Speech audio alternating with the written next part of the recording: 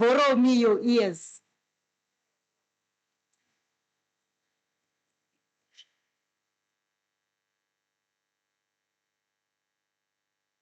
Thank you so much.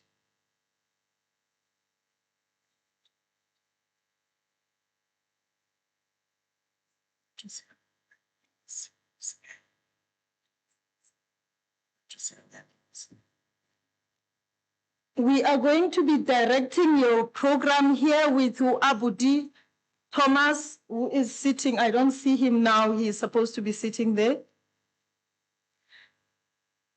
And then my brother next to me, and I cannot pronounce his name. It's so difficult. Maphetho. Maphetho. How can I forget Maphetho? In isiXhosa, when you say Maphetho, you are saying kugqityiwe, kuphethile. It is finished.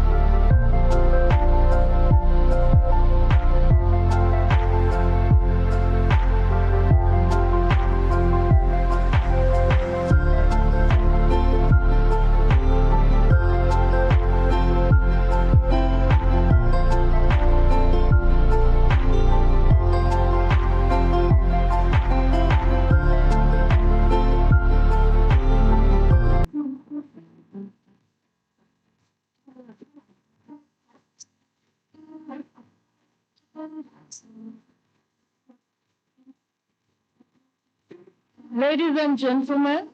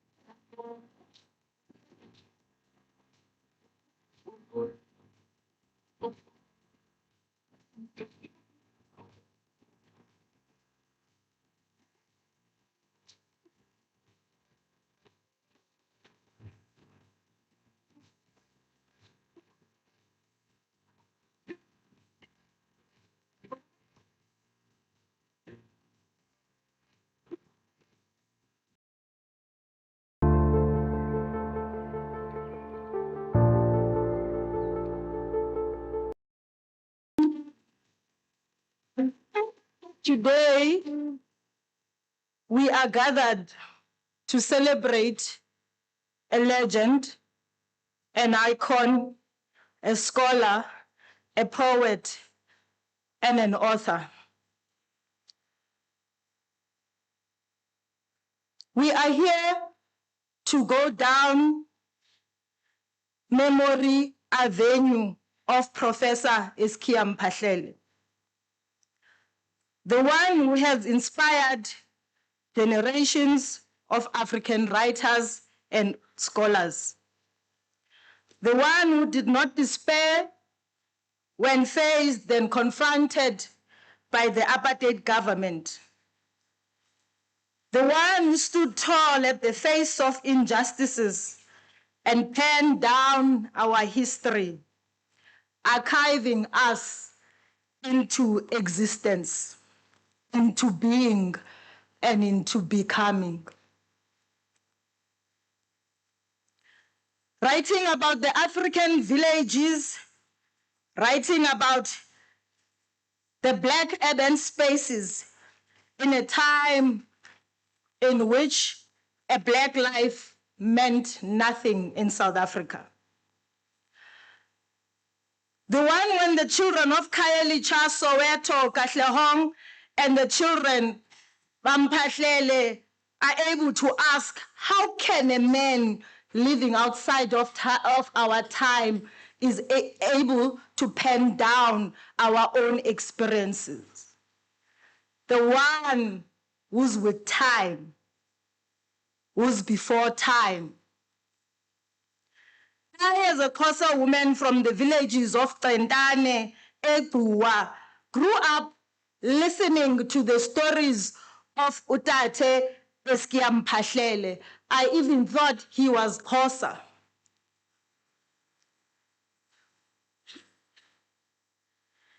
We are here, ladies and gentlemen, to celebrate and memorize a life that was well lived, making stories, challenging systems, trying to put the African child at the center of the education system in this country, in the continent, and in the world. In those words, Prof. Puleng Lengabula, our Vice Chancellor and Principal, ndithi Tamagu.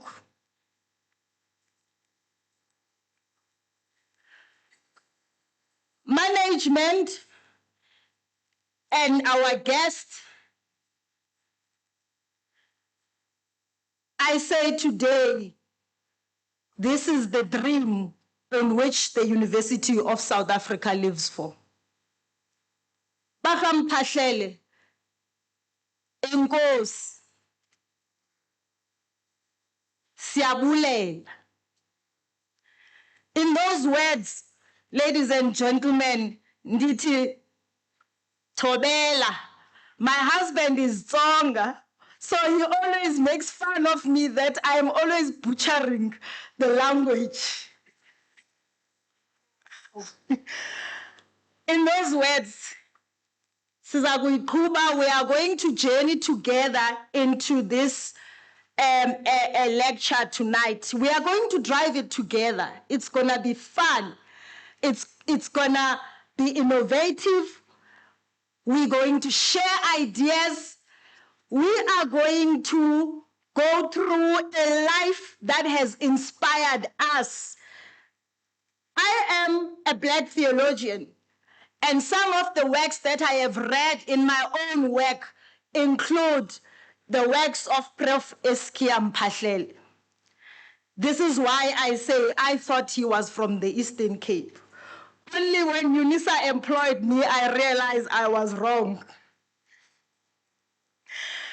In those words, ladies and gentlemen, we will call our Vice Chancellor to come and welcome us into this space this evening.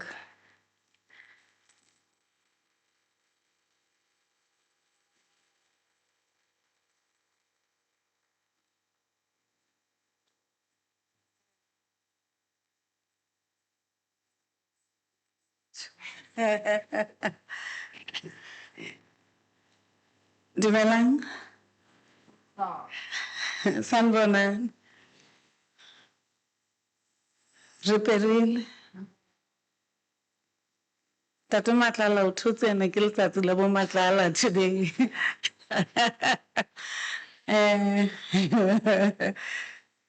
Good evening. Khotsong. Salam alaikum. Jambo. Did you hear me? Jambo. Thank you. Yes, Dumategwan.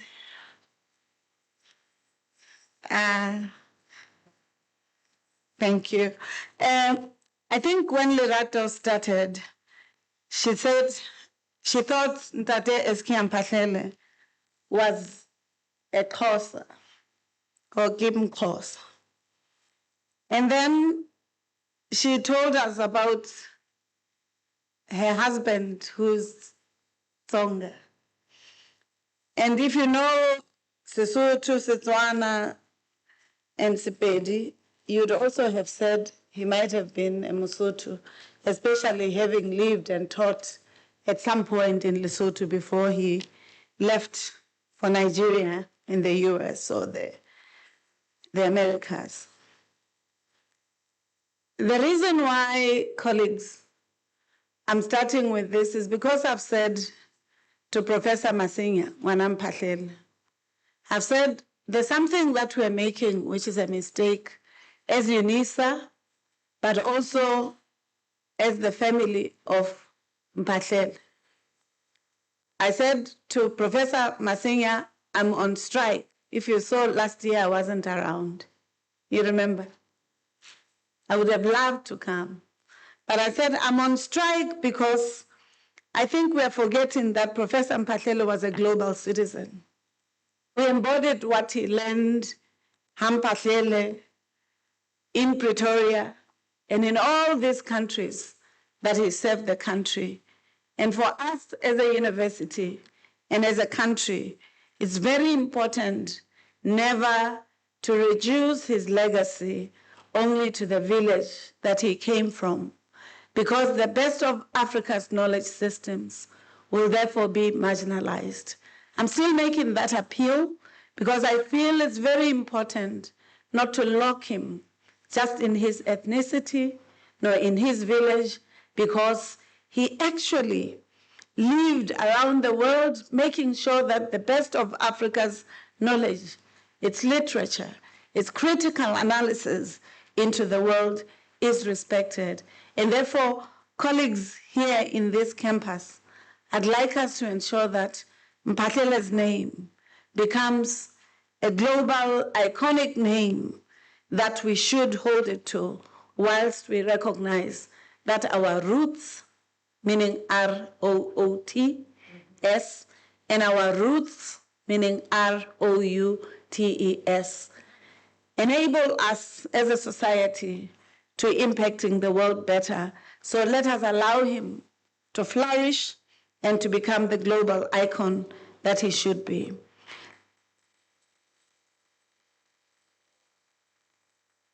And I'll come to my welcome. Let me thank you, Lerato, because in your introductory remark, you've already located some of the discussions, intellectual but also experiential, that Professor Mphahlele would have wrestled with in his life, in his work, in his literary work, as well as with his interlocutors as he was writing literature.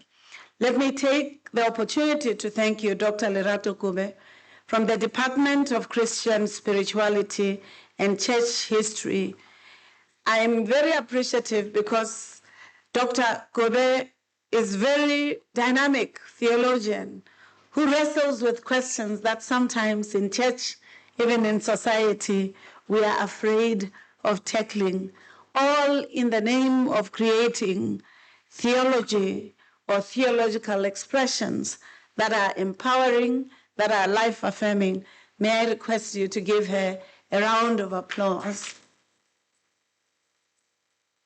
And therefore, colleagues, let me take the opportunity to recognize members of the executive management. Professor Siputa is here. Professor Mphahlele is also here. I think they deserve a round of applause. These are the colleagues that I work with to cradle and support the university. I do recognize that there are members of council from internal departments. Professor Mphahlele, are there any other that I may have left? Thank you very much. No, Professor Ngwepe is both, so I cannot. He's a council, but also management, so I choose him for management. Thank you very much. I also recognize that there are deans of the colleges of the University of South Africa and all other deans or former deans of universities in the Republic and elsewhere. I recognize the executive of University Advancement, Professor Polokwane, who has been working with Dr. Molepo to ensure that this beautiful event is a success. I think we need to give you a round of applause.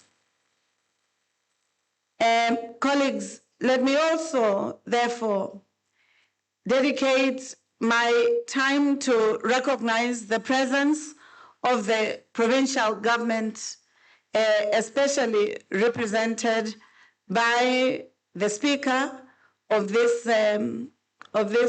important province, the beautiful province of Limpopo. We're waiting for the Speaker. We've been told that she'll be coming. Therefore, it's very important for me to acknowledge her presence. Equally, to recognize Mr. Palmer, who's also representing the government. Can I request you to stand up? Thank you. Earlier on, I was saying in Nigeria, because Mr. Palmer is representing the government, they will say, I want President Ramaphosa to stand up, represented by Premier Poppy Ramotu, yes, represented by the Speaker, represented by Mr. Palmer. You know, the Nigerians, and this is the context within which Professor Mphahlele worked. They're very committed to their protocols, and therefore, Professor Mkoma, I'm sure you know that. And colleagues, I wish to request you to join me in a round of applause, for our guest and intellectual brain trust that has come to our shores to share about this important person, a teacher, a sage, an iconic literary icon, Professor Mphahlele. And I'm very appreciative and honored. I told him, I said, Professor Ngugi, your dad, came and delivered a lecture here. I know that as a child of an intellectual, you may not want to be over, a caste over your own scholarship, but forgive us, as Africans, we appreciate you, Professor Mukoma Wangugi. Can I request that we give him a round of applause?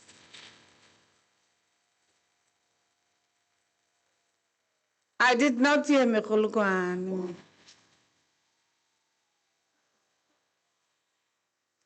I think I'm going to, in Zambia, they rent the people who cry when there's a death. You should ask those who are in exile in Zambia. If you can cry at a funeral, it's not accepted. So you have to rent somebody to come and cry. But there's purpose. Professor Mphahlele, who's a psychologist, will tell us why. I think I'm going to rent Polokwane. It looks like we are forgetting to do Polokwane. Speaker, you just come when I was asking for Polokwane. They are for our guest speaker, and not for you.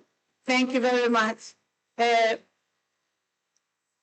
While she's coming to her seat, colleagues, we've just welcomed you. No, your seat is here.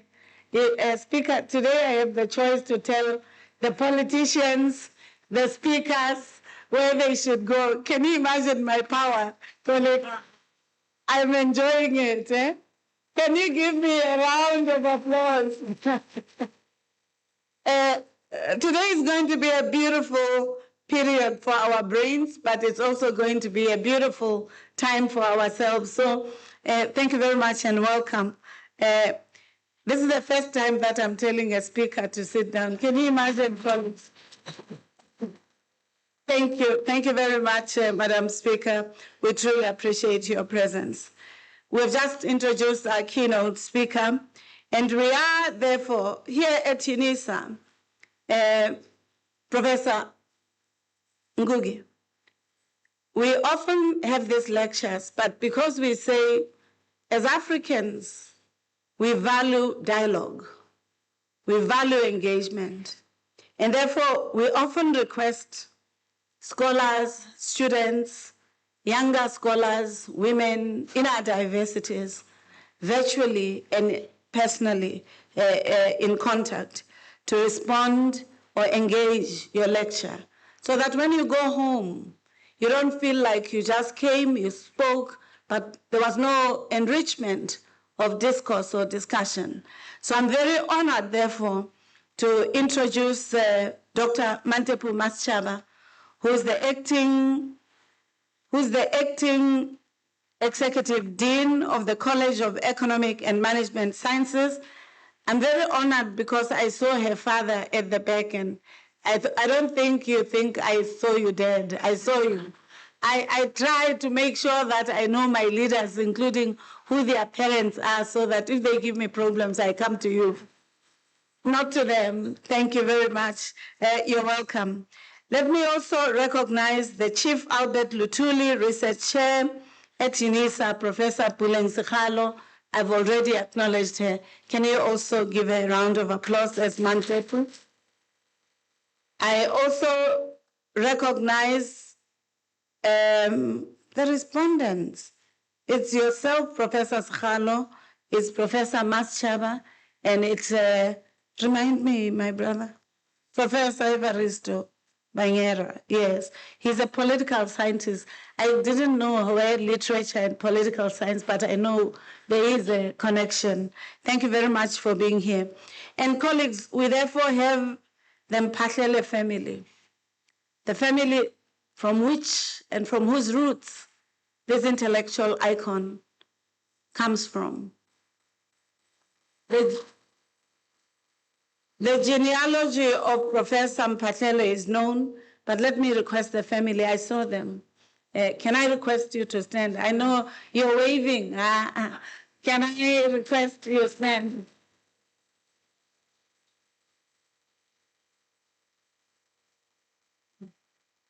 I'm not hearing Polokwane.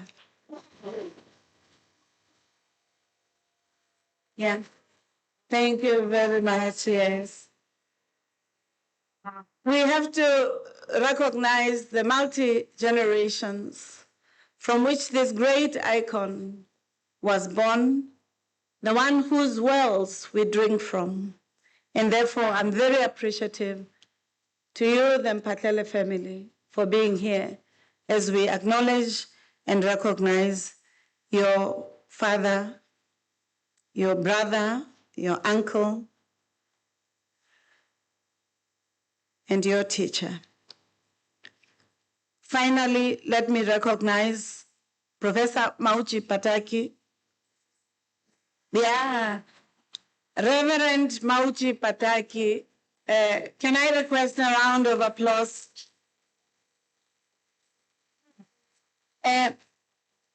It's a pity, Reverend Pataki, we don't give honorary professorships. So you'll still have to register. Registration is open. Professor Pataki, Reverend Pataki, it's coming. It means it's coming, Reverend Pataki. Reverend Pataki has just launched today a very powerful book around advocating for justice and calling for the unity of the ecumenical movement. reflecting on the political history of this country, especially the roles that were played by churches, by leaders, by youth and young adults in ensuring that our democracy becomes meaningful. And therefore, I'd like you to give him a round of applause. For many people are, thank you. For many people are afraid. For many people are afraid to reflect on the traumatic and violent history that they would have endured a lot of violence in their lives. Thank you for being here, despite of the important event that you had today, which should have taken a lot of your time. Thank you. And of course, the most beautiful audience, participants, and our guests who have come to this important event. Unisa is appreciative for the value that you have given with your time, but also as partners in ensuring that education is an important asset and resource for our country. Can I request you to give all the guests here a round of applause? So colleagues, I spent 10 minutes almost just doing my protocols. Because our chancellor is a master diplomat, even as you try to cut it and do it like the Nigerians and say protocol is, what do they say? Yeah, protocol is observed. We still have to observe it. And I'll get to the welcome. It is my honor and privilege to welcome you all to this memorial lecture, the 16th Mphahlele Memorial Lecture. It is delightful to see many of you, and some of you who have ensured that in the 16 years, you have formed part of this important epistemic community that reflects on the life and work and the lessons that we learn from Professor Mphahlele. Can I have, by show of hands, those who have come here for 5 times? I'm saying 5 times, by show of hands. No, I'm just saying the cutoff. So there are some people who have been coming to almost every lecture of Mphahlele lecture. I think now it's time for you to write your books about the discussions from the first time, including that were interjected by COVID-19. For the 16 years, volume.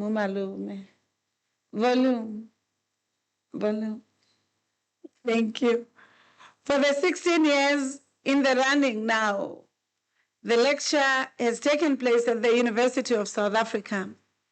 And the task has been to ensure that the thoughts, the work, the life of Professor Mphahlele remains alive for generations to come, not alive for its own sake, but for our country, our continent, our scholars, to draw on some lessons that will be important for the present as it would be for the future. In everything we do, including the need to celebrate, review, critique the work of Mphahlele, we place a high premium on what it means to being an African university whose vision is to shape futures in the service of humanity. We equally do our best to ensure that Africa's intellectuals, their works and their ideas become important arena of learning for our society and our universities, lest they are forgotten and the lessons they would have taught us are thrown in the dustbin of forgetfulness. Our teaching and learning, research and engaged scholarship is predicated, therefore, on this abiding commitment to be responsive and innovative, to ensure that our country, continental needs, and the best of Africa, whether in the global or whether at home, is projected positively. And where it is negative, is addressed. Whereas we celebrate Professor Mphahlele as a proud alumnus of the University of South Africa, a master's graduate in literature in 1957, and he passed it cum laude with distinction. We also recognize his reach and impact in the world beyond Mphahlele and South Africa. And each time we think about Professor Mphahlele, we must not hoard him, but we must allow him to speak to the world with the freshest of ideas that may not have been heard in many corridors of universities here at home, but also abroad. Having just come out of the G20 summit, which was hosted for the first time in our country, but also in the African continent. This year's theme, the African writer as a prophet and social critique in contemporary times, could not have come at a better time. This is the time when, incidentally, the G20, one of the increasingly important multilateral platforms in the world, had a timely theme of solidarity, equality, and sustainability. And if you're one of those who are skeptical about the G20 and its presence in our shores, perhaps you should have looked in the way that South Africa and the continent demonstrated its solidarity and speaking somewhat in unison about the need for emancipatory program for the continent, whilst ensuring that the bullies are not allowed to continue bullying countries of Africa. I think if there's anything that I've said, that will be one of the most important assets for our country and our university. How do we ensure that as Africans, we don't allow others to trample upon us? How do we ensure that the scholarship, the voices, the ideas, the technologies, and the civilizations of this continent are equally respected as we do the civilizations of others? How do we ensure that we, as Africans, also are respectful of ourselves by honoring our knowledges, by honoring our philosophies that remind us that I am because we are, and since we are, therefore I am, that notion of Butu.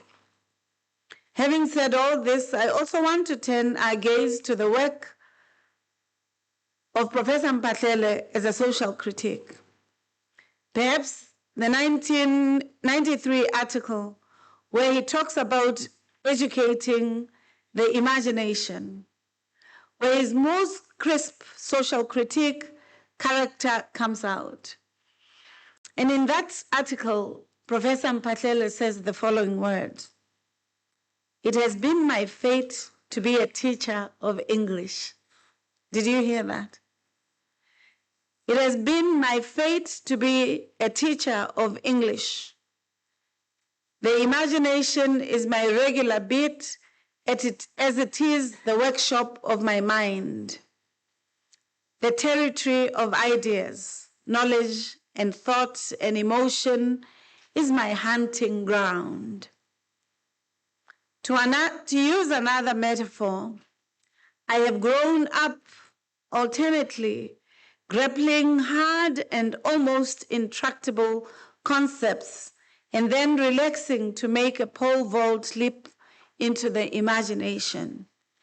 Yet the concepts kept trailing behind me, as it were keeping me in contact with the real concrete world, like a kite a person keeps on a string, no matter how high it flies, feeding it more line and still more. And in these words, Professor Mphahlele reminds us that nothing can slow down an imagination that is pregnant and full of ideas. Not ideas for the sake of ideas, but for the emancipatory project. In here, we see Professor Mphahlele grappling with the idea of imagination and of being, that notion of ontology in the context of apartheid that did not recognize his being, his ontology, his ideas, his imagination which wanted to lock it, on the sidelines and make him a native that could not think or whose thinking must be locked. And therefore, this begins to ask us the question, if Professor Mphahlele was already contending with apartheid and colonial legacies, with their economic, political, and social systems, with the ideological weapons of death that would have made it impossible for him to ensure that his imagination was feeding and was a lifeline to the imagination of Africa's people. The question he asked, how can we be human if we cannot even think about what it means to being human? How can we transform our society in a world that negates our humanity? How can we share ideas and have the imagination of the future, even of correcting the violence of the present, if our ideas are censored? In essence, when we refer to the life and work of Professor Mphahlele, we're not talking just about an intellectual, a scholar, a human being who gave immeasurable amount of his intellectual assets and resources. But we're talking about a person whose imagination, whose rebellion, he was a rebel in the positive sense. We understand. He was a rebel, one who did not embody rules, laws, and etiquette that was violent. One who looked into literature as an important didactic tool or didactic opportunity. One who saw it as an important idea that did not just make him a social critic when he came back. He became a mentor to many people, some of them at the University of South Africa. And hence why we are very proud that at our Sunnyside campus, he was honored. And the Sunnyside campus has a building named after Mphahlele. It was to make sure that his legacy was not just in our brains, but it would be palpable in infrastructure where youth and young people who may not have encountered his works would ask, who is this person? Why did Unisa honor him? And why do we have to remember him? Because he deserves to be remembered. Finally, colleagues, I come to a place where I have to introduce our keynote. I've already shared Professor Mugoma Wangugi. He's one of the young, I know you'll say, what does it mean to be young? Youngish, he says youngish. One of the young literary scholars whose social and political commentary about the continent and geopolitics is riveting and important to learn. He's also one who has been at the center of grappling with the questions of gender justice as a man in a patriarchal system that oftentimes forgets the value of girls and women in society. And therefore calling out gender-based violence, you could not have come at the right time in our country when we have a campaign against gender-based violence and femicide in recognition that our world, our country, do not seem to value women and girls or effeminate men. That violence has become institutionalized. When it stopped being fought against apartheid, against colonial might, it came into the homes and became acceptable. And therefore, colleagues, as we reflect We really appreciate some of those areas that have become very difficult for us as universities, as societies, as churches, as mosques or synagogues find difficult to grapple with. I also appreciate that apart from being an acclaimed scholar, a poet, a public intellectual, he's very active on social media and therefore does not just teach through the old books or texts as we often, my generation, I'm slightly older than him, so it's okay, I can claim being old. I think it's a good idea. I think you should clap for me. You know, 70 is knocking, colleagues. I'm joking. Maybe 60, I don't know. But he's not just a poet. He's not just a scholar, as I said. He makes sure that language, identity, decolonial imagination are important resources that we Africans, especially who work in the continent as we teach elsewhere, must forever hold dear to our hearts.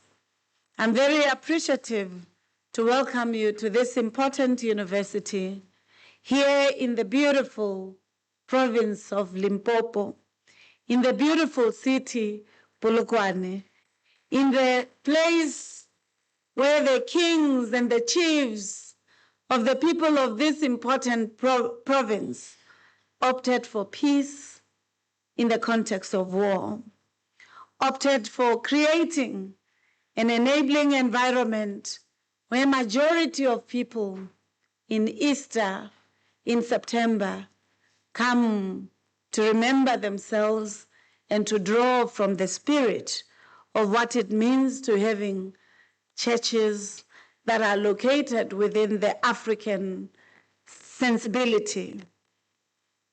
You know, colleagues, in Easter it's very difficult to visit you in Limpopo because the road is not there. And we know why. And we must acknowledge that because it's an important resource. When people take trains to go to Jerusalem, we celebrate them. When they take trains, buses, and horses to come to Limpopo, to draw from their resources, we don't celebrate. This is why Mphahlele reminded us about imagination, consciousness, emancipatory idea, and decolonial agenda. On a personal note, Professor Ngugi, please kindly receive our condolences on the passing of your dear old man, Professor Ngugi wa Thiong'o, whom many of us drew from his works, his teachings, and his life.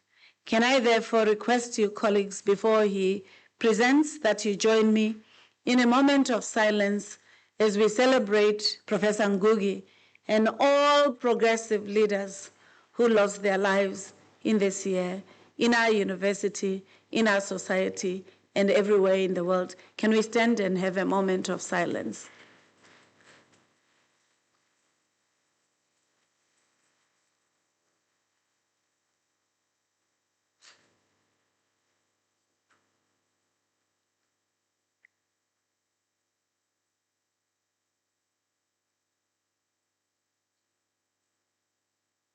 Thank you.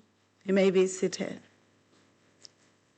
Dr. Brigalia Bam reminds us that we have the living ancestors and the ancestors that have left. And therefore, as we celebrate today, reflect on this life and work of this intellectual giant, an icon, one who was never shy to engage with youth and young adults as he was with his contemporaries, Professor Mphahlele.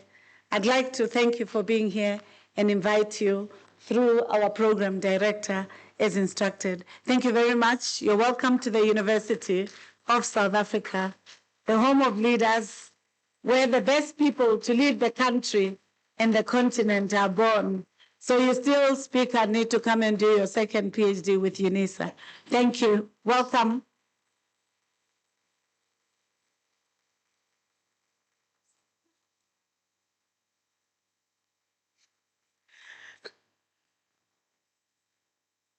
To our Vice Chancellor and Principal, you have heard that she said this is home.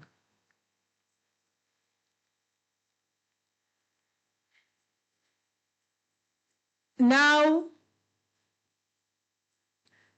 as we move into our program, before our keynote speaker, Professor Mukoni, comes and give us his address, we will give context of the lecture. This will be done by Dr. Lesiba Molepo, Acting Regional Director, Northeastern Region, Unisa.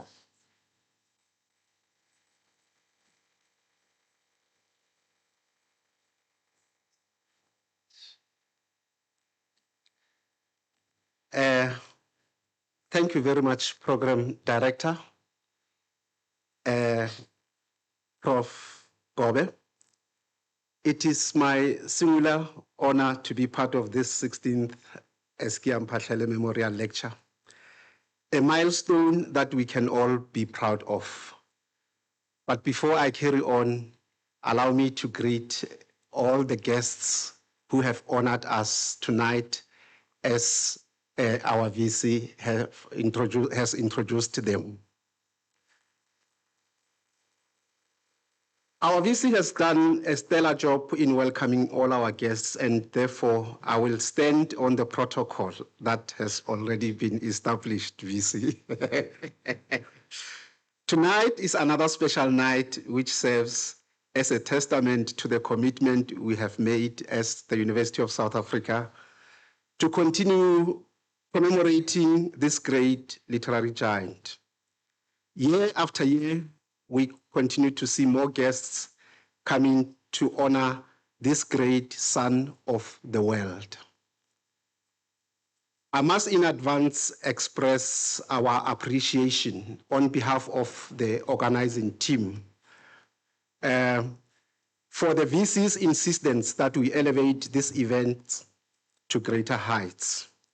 And her insistence was to ensure that when we say we want to honor our heroes and heroines, we do not do it as a ticking box exercise, but as an event that can add value to the public discourse and generate debates while at the same time promoting intellectualism, an attribute that can best describe the men that we are honoring today.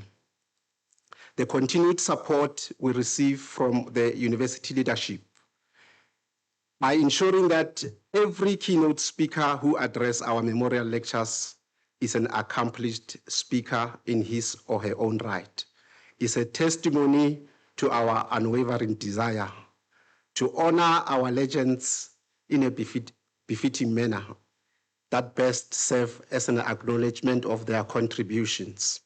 And in this case, Professor Eskia's contribution to the literary discourse and social development to which he dedicated his entire life through pen and paper. This year, ladies and gentlemen, we are honored to be addressed by Professor Mgoma Wangugi.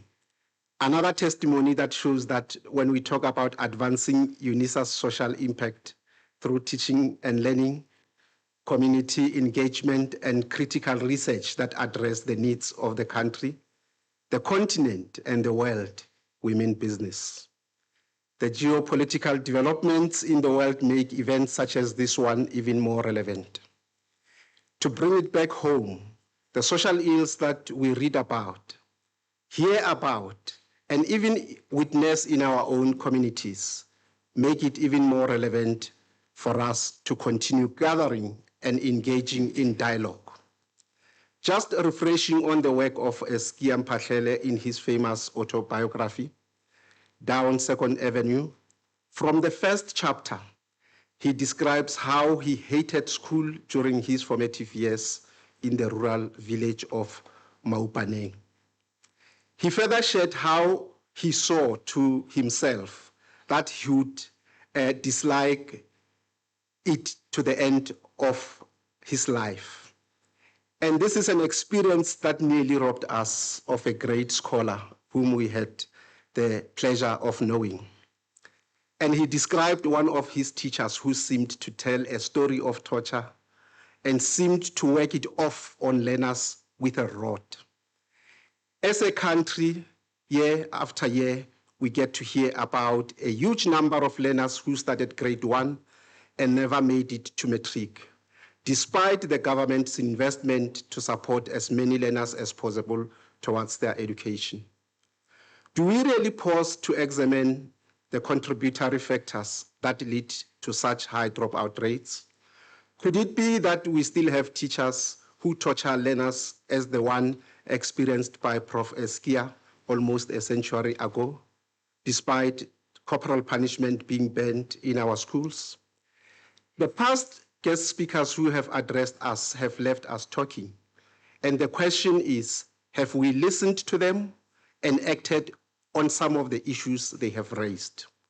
We may have no answers now, but all we know is that year after year, every speaker provokes us to think at a higher level. Therefore, there is one thing, if there is one thing we should not stop doing, it is holding inclusive dialogues with one another. These dialogues will avoid a situation where some of us sit back and point fingers instead of making a meaningful contribution.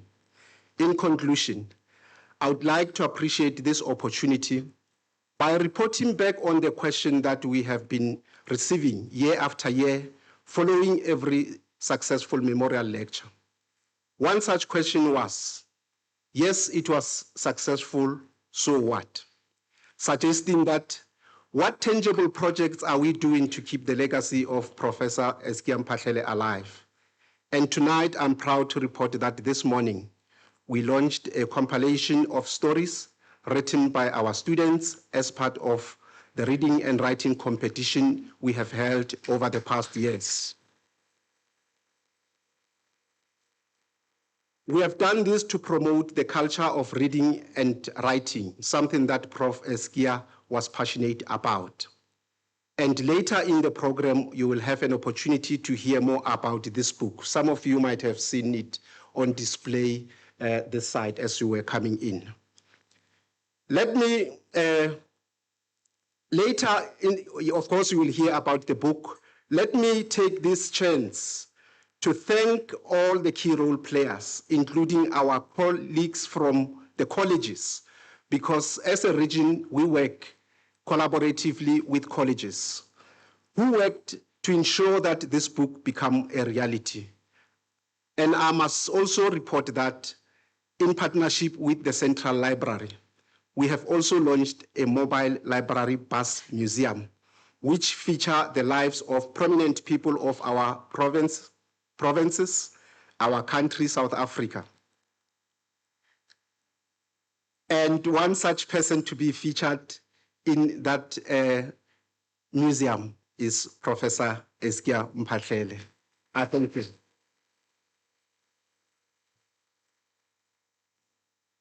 Thank you so much, Dr. Molepo.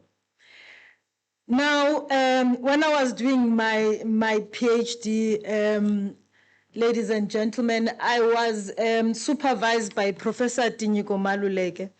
He will always say to me, you know, Lerato, academics, scholars know what it means to live within the system. But the people who write fiction books and all these things, they tell you what it means to live inside it. And therefore, in those words, ladies and gentlemen, we are going to call now for message of support from the provincial legislature, because it is the people who make this legislation. They must hear how we discuss them in academia and how Untitled Mphahlele have discussed some of these issues. We call Dr. Makoma Grace Makurupeje, the Speaker, Limpopo Legislator. Thank you.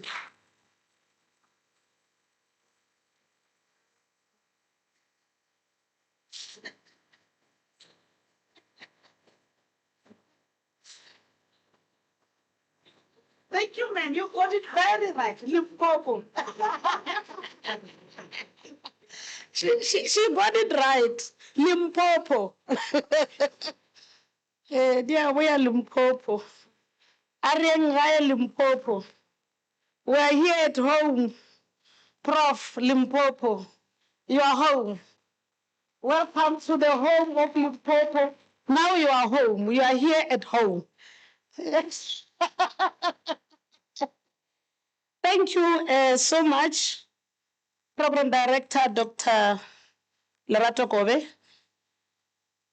Professor Tleane Kapula, the Principal and the Vice Chancellor of the University of South Africa, Dr. Lisiba Molepo, Acting Regional Director, Northeast Region Unisa, Professor Mukoma, ya minor na nyekilo tsana ora ke tloba Professor Iskhal.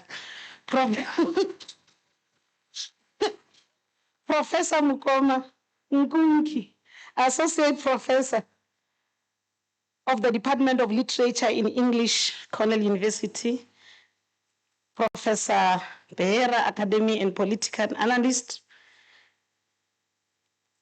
Professor Puleng Sekhalo, Dr. Mantepu Maschaba, Ms. Messi Mphahlele, Head of the Library, Ms. Liana Jubet, Mr. Rorisang Maratua Mphahlele, the Mphahlele family, we're proud to see you here in this gathering. Mrutuba Mauti Pataki, Nale Narkloba the professor, let's go, Waraisahal. And Najar Night Lova is honorary. Yeah, we don't want, we must come here and be proud. Prof, you must, yeah, let's change a little touch. Mama Teta, I've seen you, the PO, there's no way I can acknowledge you. But let me acknowledge the Unisa alumni. I'm one of them because my honors degree, I've done it with Unisa. And on record, yes, I've done it in 2 years, 1997, 1998. I was done with my honors degree. So I'm part of the of the alumni in the Unisa.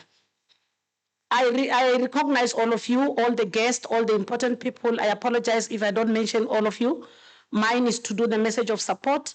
We must give a lot of time for the person we've come for our own prof, so that we can learn more today. Program Director, I'm honored to stand before you today to deliver this message of support on the occasion of the 16th Mphahlele Annual Memorial Lecture. What makes this occasion to be special is that it honors the legacy of one of the greatest writers of all times, whose attachment to this region and part of the country we cherish with pride and shall jealously go miles to protect.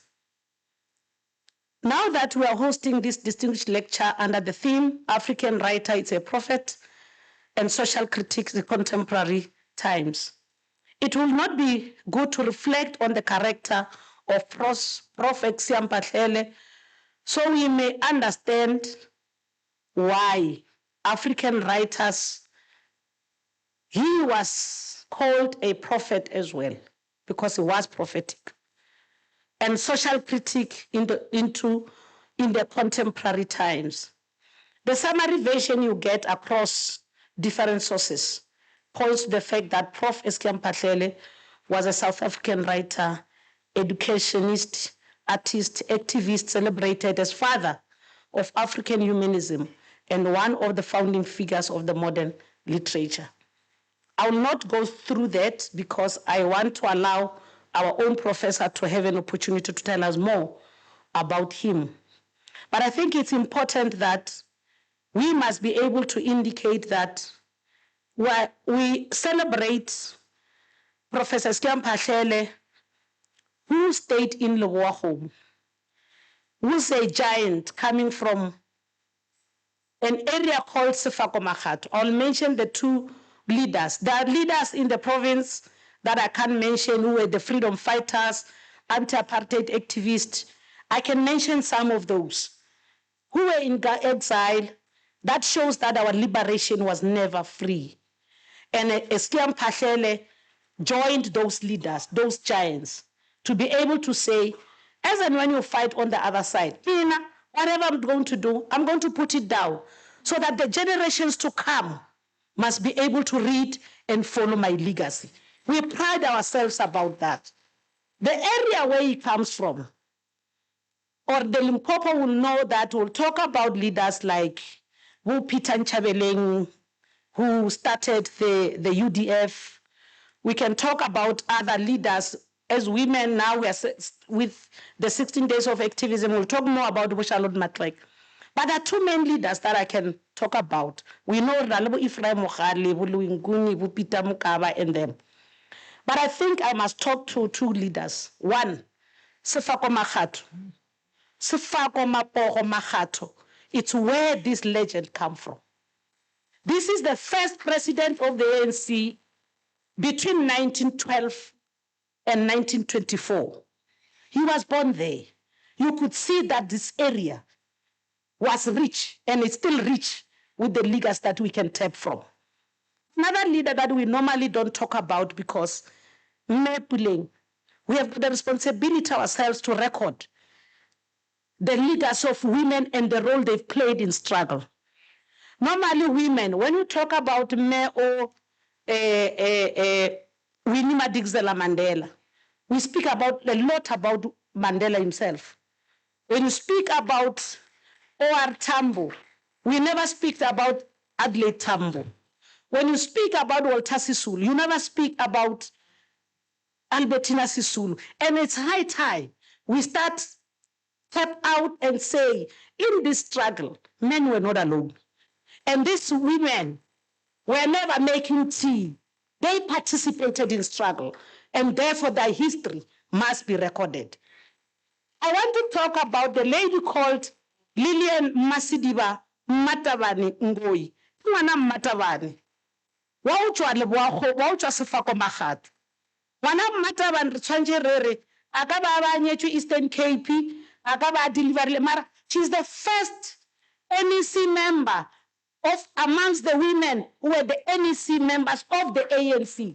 And she was the first who led, said so. She was among the women who said and say, while we are participating in the ANC, let's have a structure of the women, which was first, which produced the ANC Women's League, which she became the president of the ANC Women's League. She led the march in 1956. When we celebrate the popular march of 1956, Lillian Matavani, Wana Matavani Ngoi, was there. That is where Mphahlele comes from. Therefore, that is the reason we have got a responsibility to come and say, this is the legend.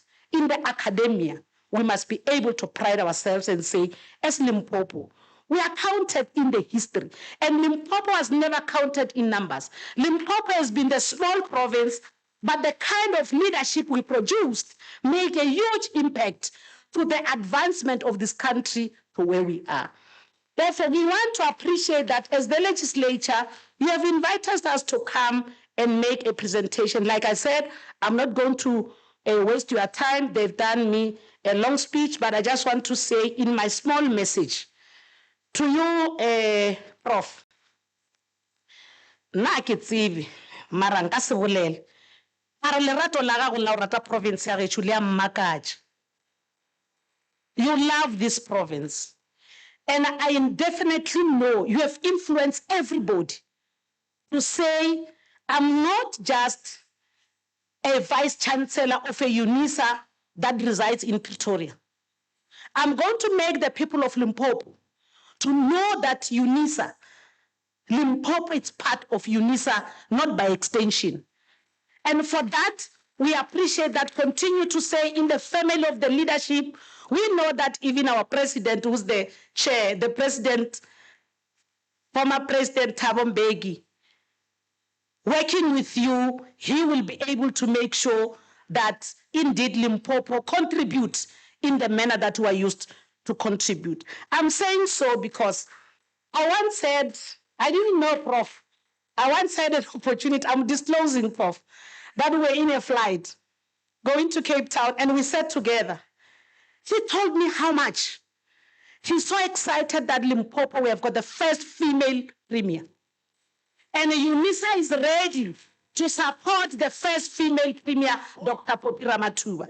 And this sector, they are going to make sure that they support the provincial government towards making sure that academia plays its role in making sure that we advanced the issue of developing the people of the province to deal with the issue of the inequality, poverty, and unemployment. For that, I'm now disclosing that.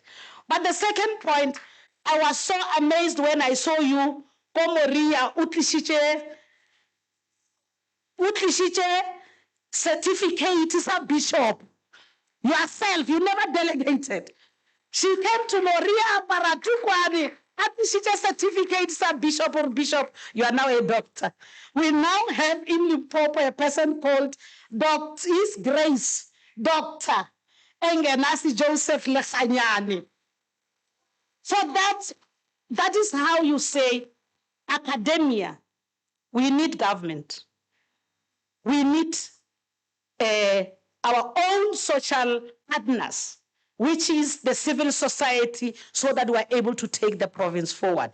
And that we have shown as Unisa to make sure that you are there in the forefront of the national dialogue. That shows that Prof,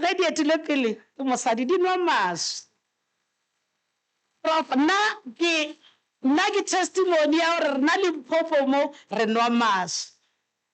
Prof, as the Limpopo legislature was saying, this should not be the only, we can't come together in this manner only for doing the memorial lecture.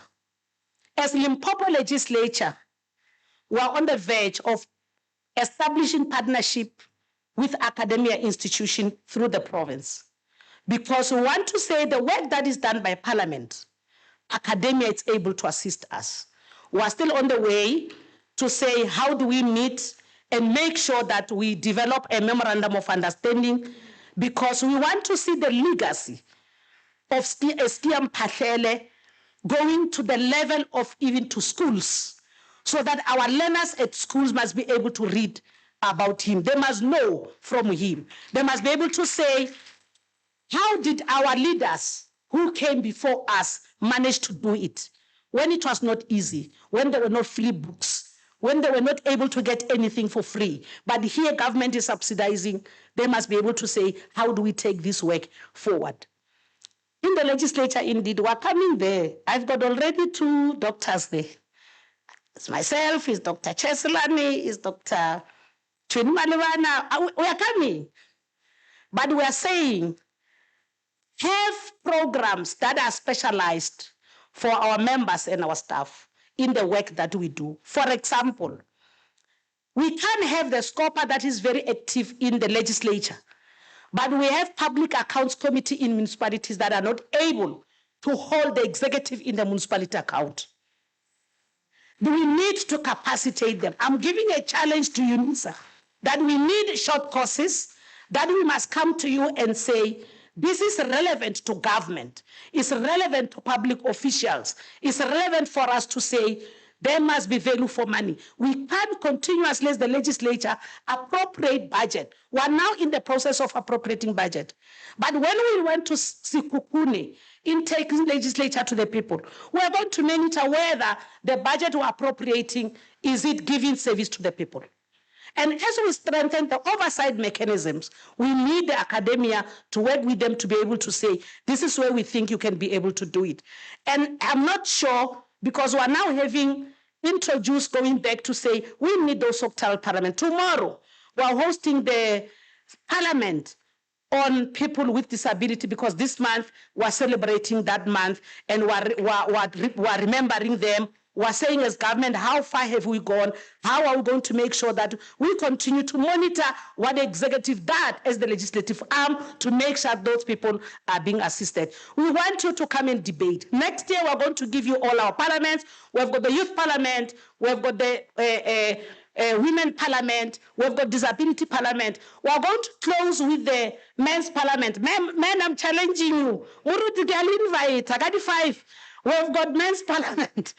In the time of 16 days of activism, let's start to talk about gender-based violence, all of us, honestly, and be able to say we must kill the elephant in the room because we need a safe society. We need to live together. We need to protect one another. We need to protect one another. The Constitution of South Africa says so. We therefore say, as Unisa, we are pleased to be with you today. We are not going to be attending this for the last time. A letter is coming to our office to come and say, we want to work with you because my work when I'm doing bills, I've got researchers.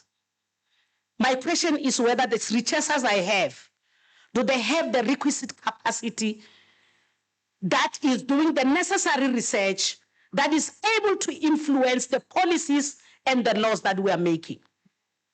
On that note, Unisa comes to the party, partner with us. I have a library in Leboa. With the library that I have enough access of information that the people who stay in Sfakomahat can walk into the library of the legislature, find the information that they still find in the Unisa library, so that they can be able to say, this is the information that help us to continue to do our work well informed by the kind of literature and documents that we find in the legislature.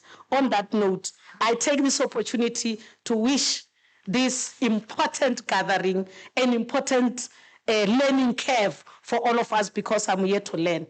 But Prof, whether I will do the second doctorate, whether I will tell me how to become a professor, but one thing for sure, something is going to happen. Thank you so much. We wish you all the luck. Thank you so much.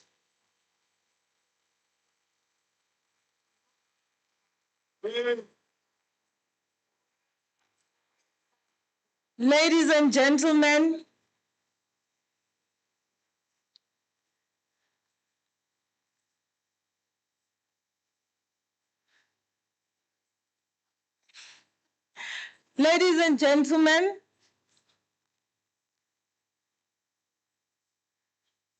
we thank our speaker for the invitation. And now, whatever we were preparing to cook now is ready to be cooked. We have collected the firewood from the forest. We have fetched the water from the river. We have bought whatever ingredient we were supposed to prepare. And now we are cooking. In those words, we present, ladies and gentlemen, the 16th Mphahlele Annual Memorial Lecture by Prof. Mukoma Wangugi, Associate Professor,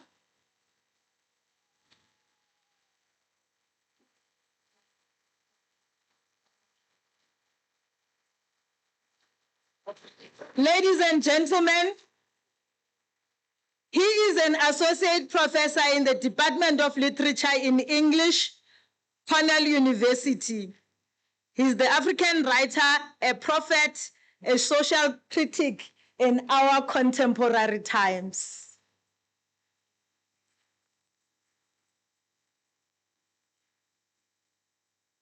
Welcome, Prof. Thank you. Welcome to this stage. Thank you. No, thank you. We'll see how it goes. Yeah, the cooking. Yeah. Okay, the first thing, I've never thought of myself as a dish, but there's always a first time for everything. So no, there are so many things. There are so many things I want to talk about, and part, so I could spend actually the duration of the lecture, just responding to the VC and also to the speaker. But I want to begin by just acknowledging this book. Right, it's by young writers. And okay, this is gonna sound weird, but please, when you buy a book, always smell it. Yeah, no, yeah, so, yeah, but then also buy the book afterwards. So no, but I don't know, for me as a writer, like when younger writers are, or youngish, when they're doing good work, it's always good just to, I don't know, it makes me happy. Let me put it that way.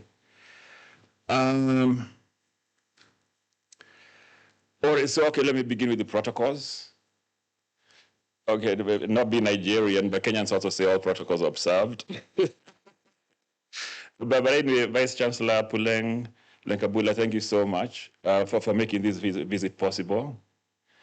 Members of the University Council, members of Unisa Executive and Extended Management, Unisa staff and students and stakeholders, distinguished guests and friends of the Unisa, but also more personally for me, the members of the Eskia Mphahlele. Okay, so we'll talk about my pronunciation later. but anyway, I just want to say it has a very personal meaning for me because of my father as well. So that's, yeah. But anyway, as we say in Kenya, all protocols observed. All right, so I thought because you're going to make fun of my pronunciation, but because I'm Kenyan and I'm Gikuyu, the only way of defeating the humor you'll find in my pronunciation of South African words is by teaching you a Gikuyu tongue twister. So repeat after me. Egetige. Egetige titikeka. All right, okay, so, okay, let's try again. Getige. Getige titikeka. Oh no! Okay. I actually thought you'd do worse than that. Yeah, but actually, it means that what it means. It's a tongue twister, but it means that you cannot carry a tree trunk. You cannot like a tree, the trunk. You cannot carry it. So get it. Okay, fine. Okay, one more then. Okay, try this one. Kana kani kora, kona kora, nakakona kora nakokora. Oh, okay. So that one defeats. But anyway, I ended up titling my talk, "What is South Africa to Me?" And it's what is South Africa to me? Then okay, fine. Also as an intellectual, then I added a second part to the to the talk. But what is South Africa to me? Intellectual Tsotsi writers and thinkers via Eskia Mphahlele. The title itself, Tsotsi writers. Of course, I know Tsotsi. Not that I used to be one. No, but it's a term I've known. But also it comes from Scipio's work on Ken Temba. And I'll talk a little bit about Ken Temba and the drum generation. So that's my title. And also my title gives me leeway of where to begin. But the title itself also comes from, the title "What is Africa to Me" comes from Black Americans as well, trying to understand what is Africa to them. So in a way, even though I'm Kenyan, I'm thinking through those lines of, okay, what is South Africa to me? But also in my mind, I'm also thinking about African Americans and what is Africa to me and the discussions around that.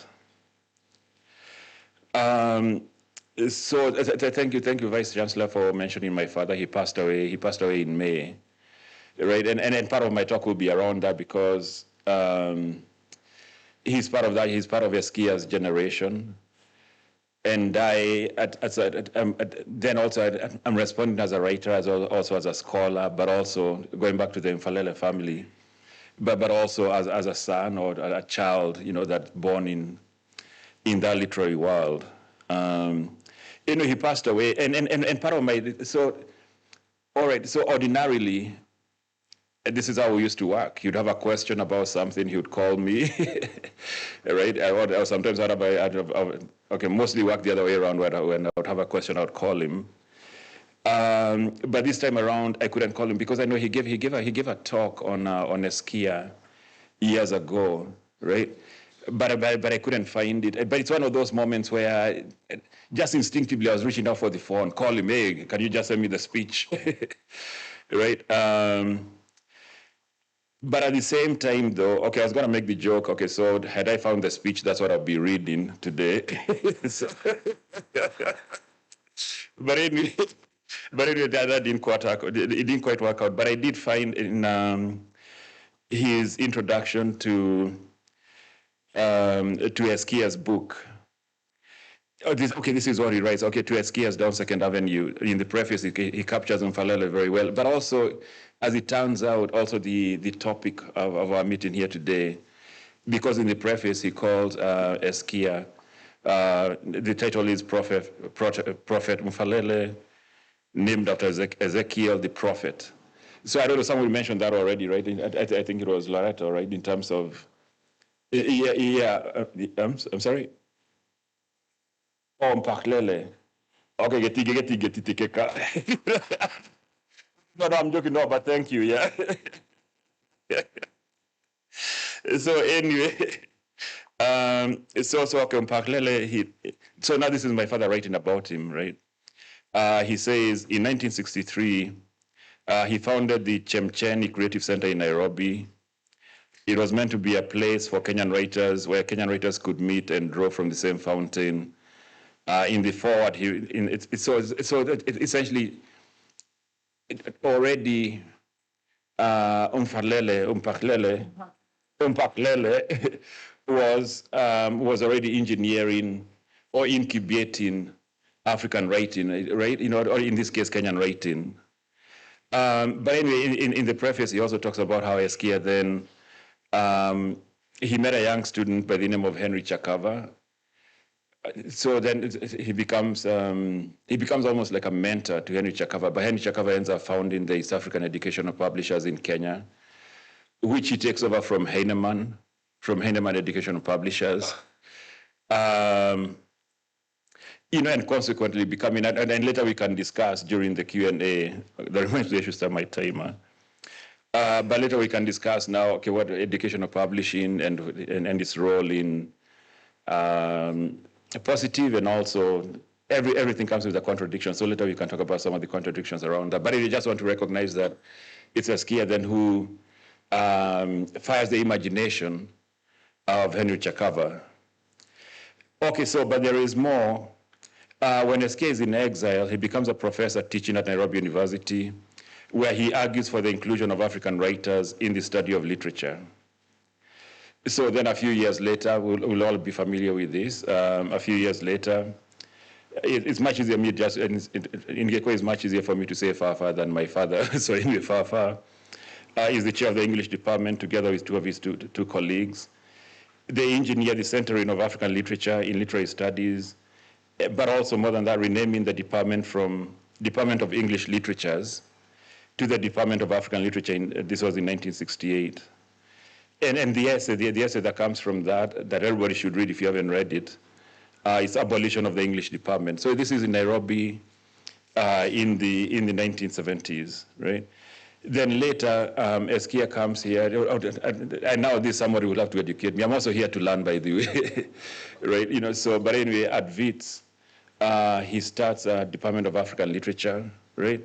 So, and I think part of what I'm trying to do here, part of my lecture, is trying to understand what's in my DNA, right? What's in my literary DNA, what's in my imaginative DNA, what's in my scholarly DNA.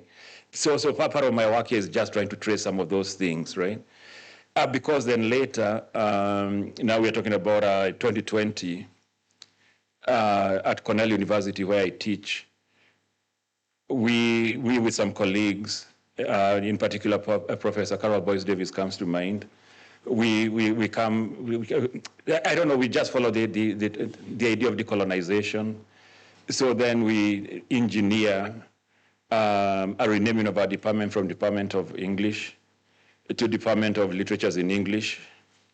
There is a question that you could ask how far we moved by just changing words around, but of course it comes with curriculum change, right? The University of West Indies had done the same thing much earlier, actually in the 1980s only.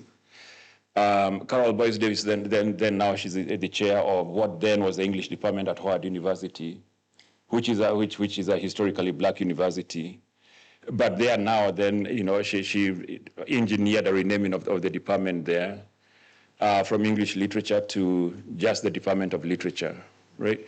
So already it's a severe scare incubated, but later I'll argue that it's a longer history, right? Because writers, we don't form ourselves, right? We are also coming from somewhere, right?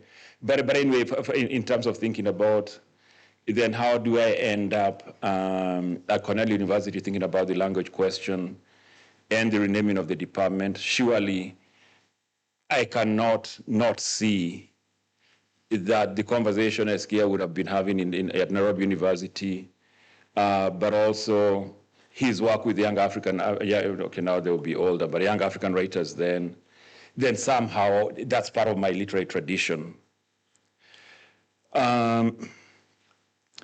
Okay, but the running question for my discussion here is, what is South Africa to me, right? All right, so in 1994 becomes very significant for me anyway. Okay, that's when Mandela, and we can talk about that later during the Q&A. I'm actually, okay, I have to say, I'm looking more forward to the Q&A than my discussion here. So, but at any rate, you know, so Mandela becomes the president, but also it's the same year the Rwandan genocide happens in 1994, which, when we say never again, we should also maybe, because we're seeing the same thing, and I'll talk about that later, we're seeing the same thing in Palestine now, right? But at any rate, so in 1994, it's almost like there are two visions when I think of it. It's almost like there are two visions for the continent. One was the South African way, which becomes problematic, and we'll talk about that later. Right? Yeah, so it doesn't come as this beautiful gift, right? And it comes with its own contradictions, right? But at any rate, you have the, I don't know, democracy. Let's put democracy in quotes. Democracy in South Africa happening at the same time we have the Rwandan genocide happening, right? It's almost as if we had these two visions competing in 1994. For the Africa that would all want to see, right? So in a way, the jury is still out on which Africa wins, right? In Burkina Faso, we have Traore, who of course remains one of Thomas Sankara, right? But at the same time, in Kenya, where I'm from, we have a dictatorship. Right, William Ruto. So in a way, it's as if also we are presented in the same historical moment. Of course, we know what's happening in Sudan. In the Congo, we know by now, like from 1990, in the early 1990s to now, over 7 million people have died. We don't talk enough about the Congo, right? So anyway, so again, we are with that. But talking about some of the contradictions then that come from the vision from South Africa, I was thinking I'd only just say one word about that, which is Marikana, right? And thinking about Marikana, then the question becomes, okay, in the language we use is a colonialism to neo-colonialism, right? So in South Africa, can we talk about apartheid to neo-apartheid, right? And yeah, but we'll talk about that later. Okay, I'll promise to talk about stuff later.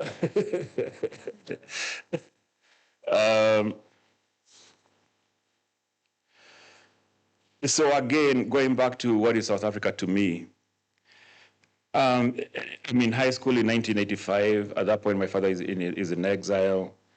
But before that, he had been detained by the Kenyatta government in 1977. All right, so actually I could just talk about betrayal. I could talk about betrayal of independence and resistance and so on and so forth. But at any rate, so I'm in high school, so all this, so Kenya is going, at that point we have a full-blown dictatorship under President Moi. But what we'll do is, we'll do school plays, drama theater, right? But we had a formula. So our formula was, would have a white judge, but of course it would be a black student pretending to be white. Where we would have, so we'd have a black judge, no, a white judge, then sitting on the back of a student. Then we'd have a Mandela-like figure. And we all wanted to play Mandela anyway, but of course the roles were not. There weren't that many. Then of course you'd have the evil prosecutor. But anyway, that was our formula, right?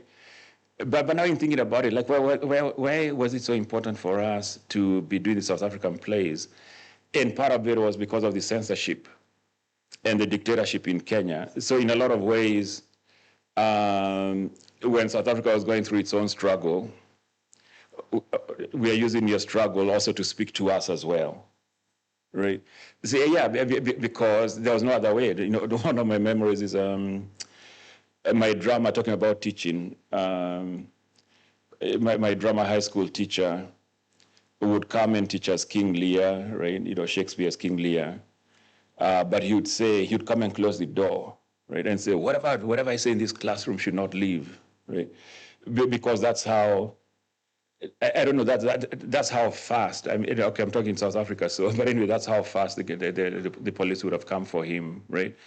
So in a way, talking about South Africa then allows us to talk about our own condition in the same way that King Lear, we could use, okay, the teacher would lead us through thinking about King Lear, but in a Kenyan sense, right?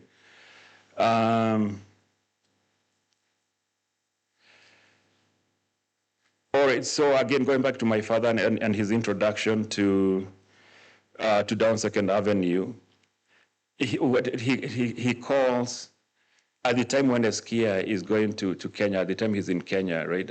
Kenya is slowly decolonizing, but it's not decolonized, right? So for him, he says, in that introduction, he calls the Kenya then a mirror image of apartheid South Africa, right? So for us, we had the Mau Mau, or the Kenyan Land and Freedom Army, fighting colonialism.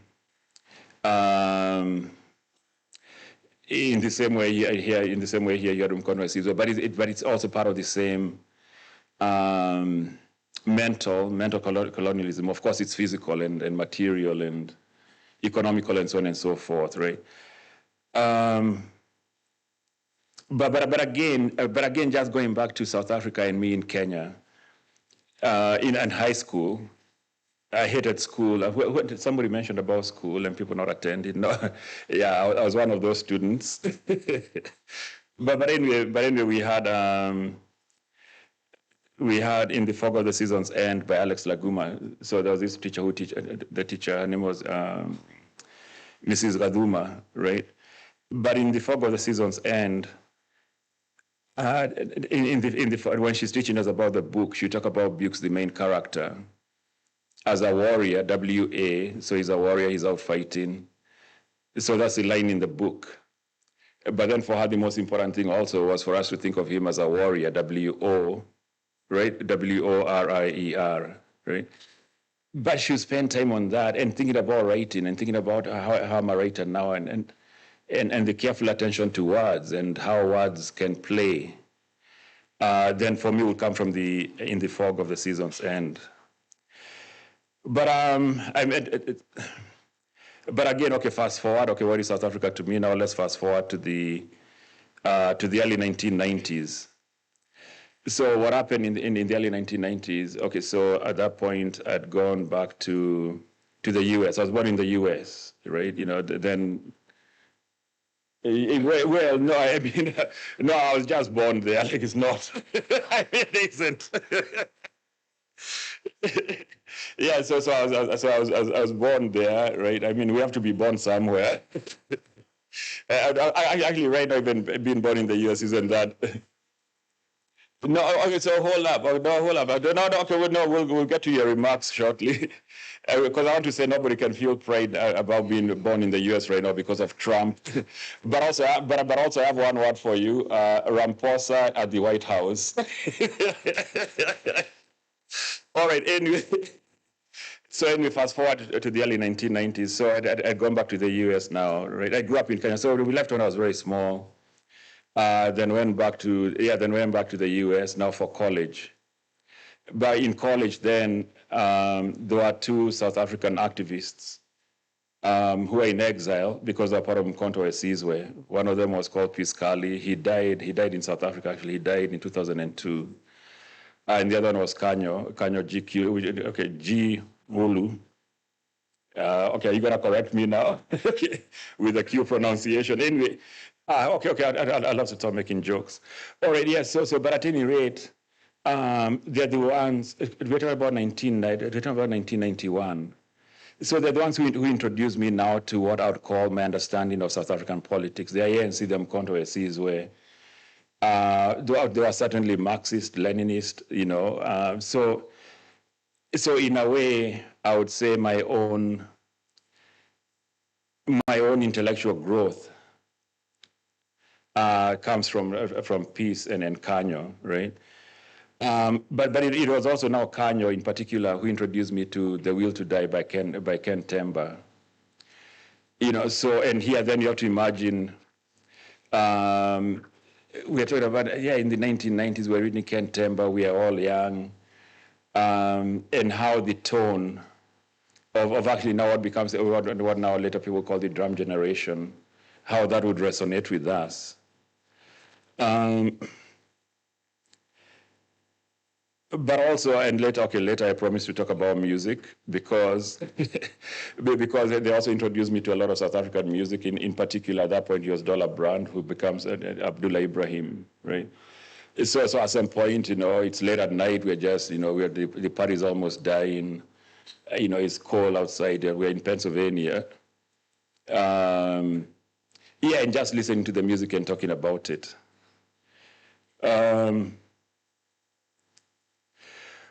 Again, thinking about what is South Africa to me, in the 2000s, then there's a journal started by Binyavanga Wainaina, the late Binyavanga Wainaina, who himself, we could say intellectually, he grew up in South Africa because this is where he begins to write. But for Binyavanga, though, and also Kwani, which is now, I'll call myself part of the Kwani generation in the same way of a drum generation. And in a little bit, I'll talk about you know, about the Mare generation. So I would say in a lot of ways so I'm part of the Kwani generation. But the tone and the swagger and the sort of sardonic, resisting, but at the same time there's a degree of defeatism, right? I would say that tone, the tone from Kwani and my generation then in a lot of ways would have been the sort of tone, or was it a sort of tone that people like Ken Temba and Nkosi and Nat Nkasa and so on and so forth were using.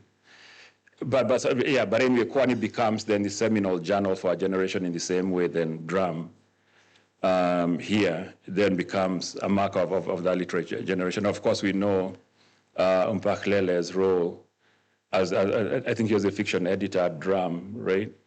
And nurturing the younger writers and so on and so forth.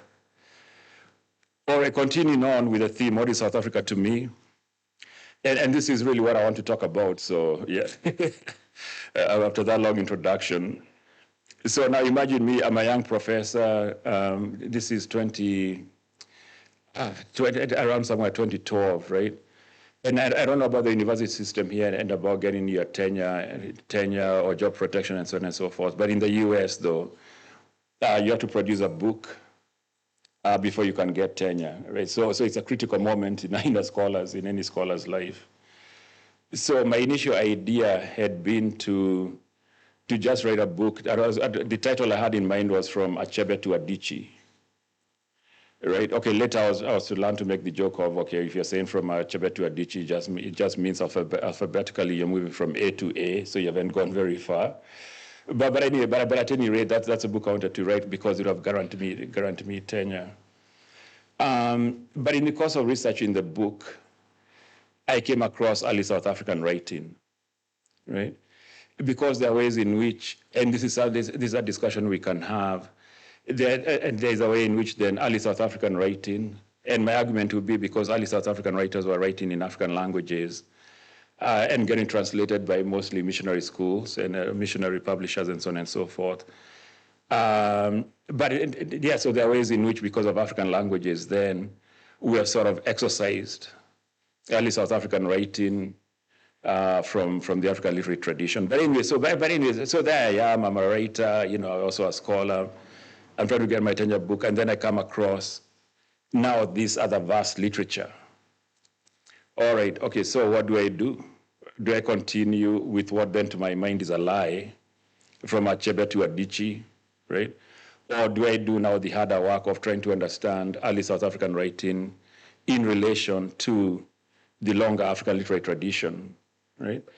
And I'm coming up for tenure, so at some point, my older colleagues were like, hey, just write the Achebe to Adichie, just get your tenure and move on. But this is where then I'll digress a little bit and talk about the writer's discipline. In the same way, you can't write a bad poem. I mean, there's a lot of bad poetry for sure, but I don't think somebody sits down to say, I'm going to write a bad poem. I couldn't see the value, part of the writerly discipline, I couldn't see the value in me writing a book I didn't. That would have left this gap in question, right? So, okay, now going back to my father, right? So I called him, and I was like, hey, I have an issue here. So I called him, he's like, I have an issue here, so what do I do? Then he said, okay, the one thing you must do, amongst other things, of course, is to read Ntongela Masisela. I don't know how popular he is in South Africa, Ntongela Masisela. Masilela, yeah. So I spent a lot of time reading him, because he's the one then who situates early South African writing to the larger African literary tradition. But what I want you to imagine, though, is the whole idea, and this is still painful for me to talk about, actually. I'm a writer. Suddenly I realized that I've been working from the wrong literary tradition, right? So in other words, it's as if my imagination was starting with Achebe, and at best from Totiola. So we're talking about 1960s and so on and so forth, right? So, but I'm a writer. For God's sake, I'm a writer. So then what do I do with that knowledge of I've been working with just 50 years of the African literary tradition? So that was that one I have to say, even now I haven't been able to answer.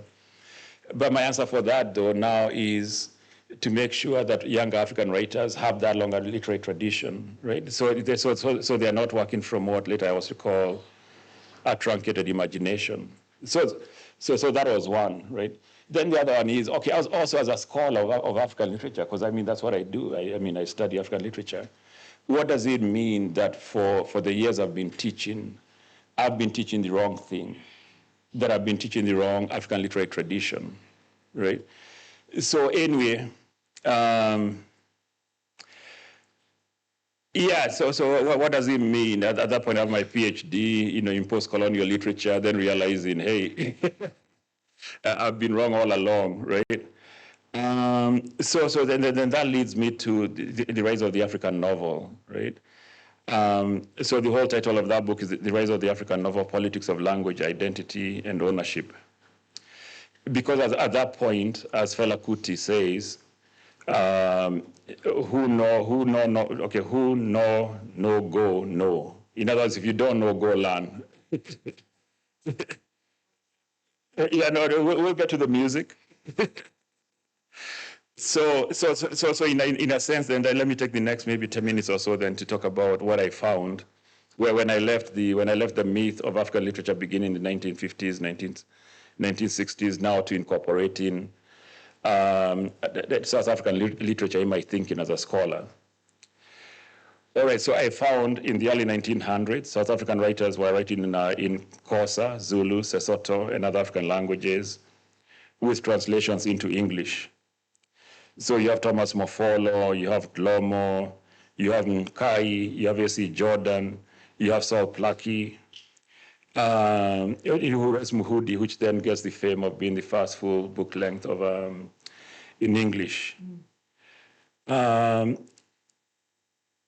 So James Curry then, who later becomes, James Curry, I don't know if you know James Curry, but he was the publisher at Heinemann before then. And we should talk about Heinemann because it really was a colonial project. Yeah, we should talk about that. But at any rate, so when he's thinking about that, he says, and this is in his book, Africa Writes Back. So in Africa Writes Back, he noted the historical contribution by the mission presses in the early part of the 20th century was later to be reflected in two novels. Lovedale had published Thomas Mofolo's Chaka in Soto in 1925, and the quaint translations published in English and French had an international impact, especially on writers of negritude. All right, so, then he says, Heinemann commissioned a translation from the academic and poet Daniel Kunene. So this is why then I should note that when I was doing my PhD, again, going back to what is South Africa to me, when I was doing my PhD at UW-Madison, one of my professors was Daniel Kunene, right? So, but anyway, over here in that particular passage, the word that worries me the most is the idea that he's talking about this early African, but also South African literature as quaint. But with Daniel Kunene, okay, so I don't know, okay, so I'm going to bob and weave as we talk because now all these things are coming back as well. So with Daniel Kunene was my mentor. Let me put it, just put it in bluntly, right? But I do remember him being very excited about writing about taking out trash, or rubbish, as we might call it. Because his argument was, well, for the first time, he was free enough where he didn't have to write about politics, where he didn't have to think about apartheid. And now he might have been mistaken, but I do remember the excitement around him for as a writer having, that freedom. But also you might recognize the same sentiment from Mbulelo Mzamane's essay, Rediscovery of the Ordinary, which is now him thinking, this is now Mzamane thinking about, what does it mean to be a writer when you don't have the heavy blanket of apartheid? Again, now we can question whether they were right or wrong, but anyway, that was the sentiment. So anyway, missionary presses like Lovedale that were publishing the early South African writers. Lovedale was founded in 1823 with a mission to promote Christian knowledge in Southern Africa, and to propagate norms of conduct and moral behavior. I'm quoting from a scholar called White, which is, now I realize the irony, actually. But even though he specialized in education and Christian books, starting in 1932, he branched out to publishing general literature books under the directorship of R.H.W. Shepard. Shepard also believed mission presses need to exercise a more creative responsibility, and he should provide reading general matter for the African public. But Shepard himself did not believe that blacks and whites were equals, right?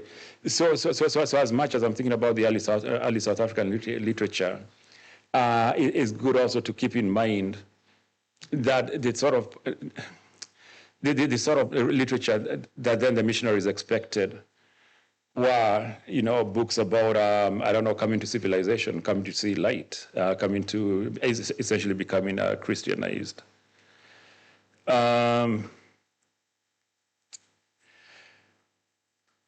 In a way, then, that okay, this is where it gets tricky, right? Because in a way, then we can understand why, if they're producing books that have this Christian message behind them, and you're an Eskia, you're a Goge, you're a Nachebe, or Shayinka, you're decolonizing, right? You don't have time for people who are saying, we have been civilized, right? But this is where now, as a scholar, then you have to ask yourself a question. What does it, okay, regardless of the literature itself, regardless of what you think of it politically, as a scholar, you have a duty to read it, right? So that's one aspect of it.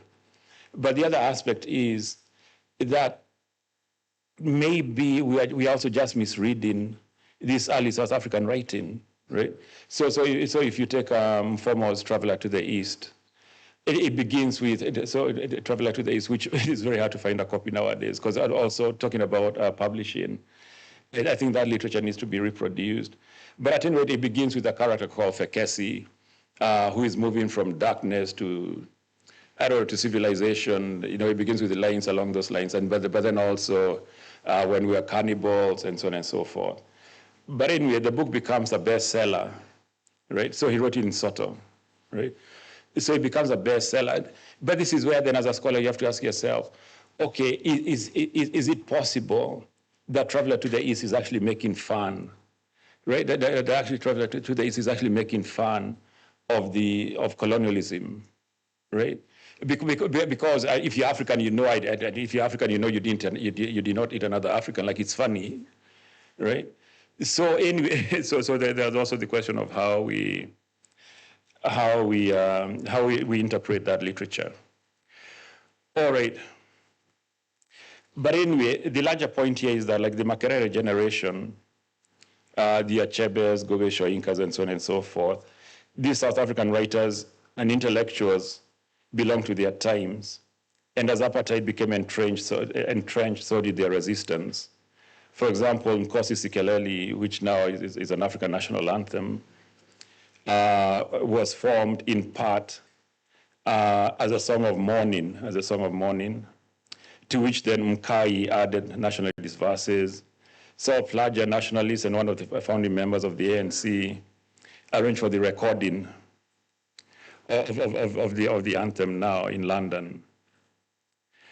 So going back to Masilela, he saw that group of early South African writers as a movement, not only conscious of each other and immersed in their political and cultural context, but aware of, influencing Black Americans and the Black diaspora.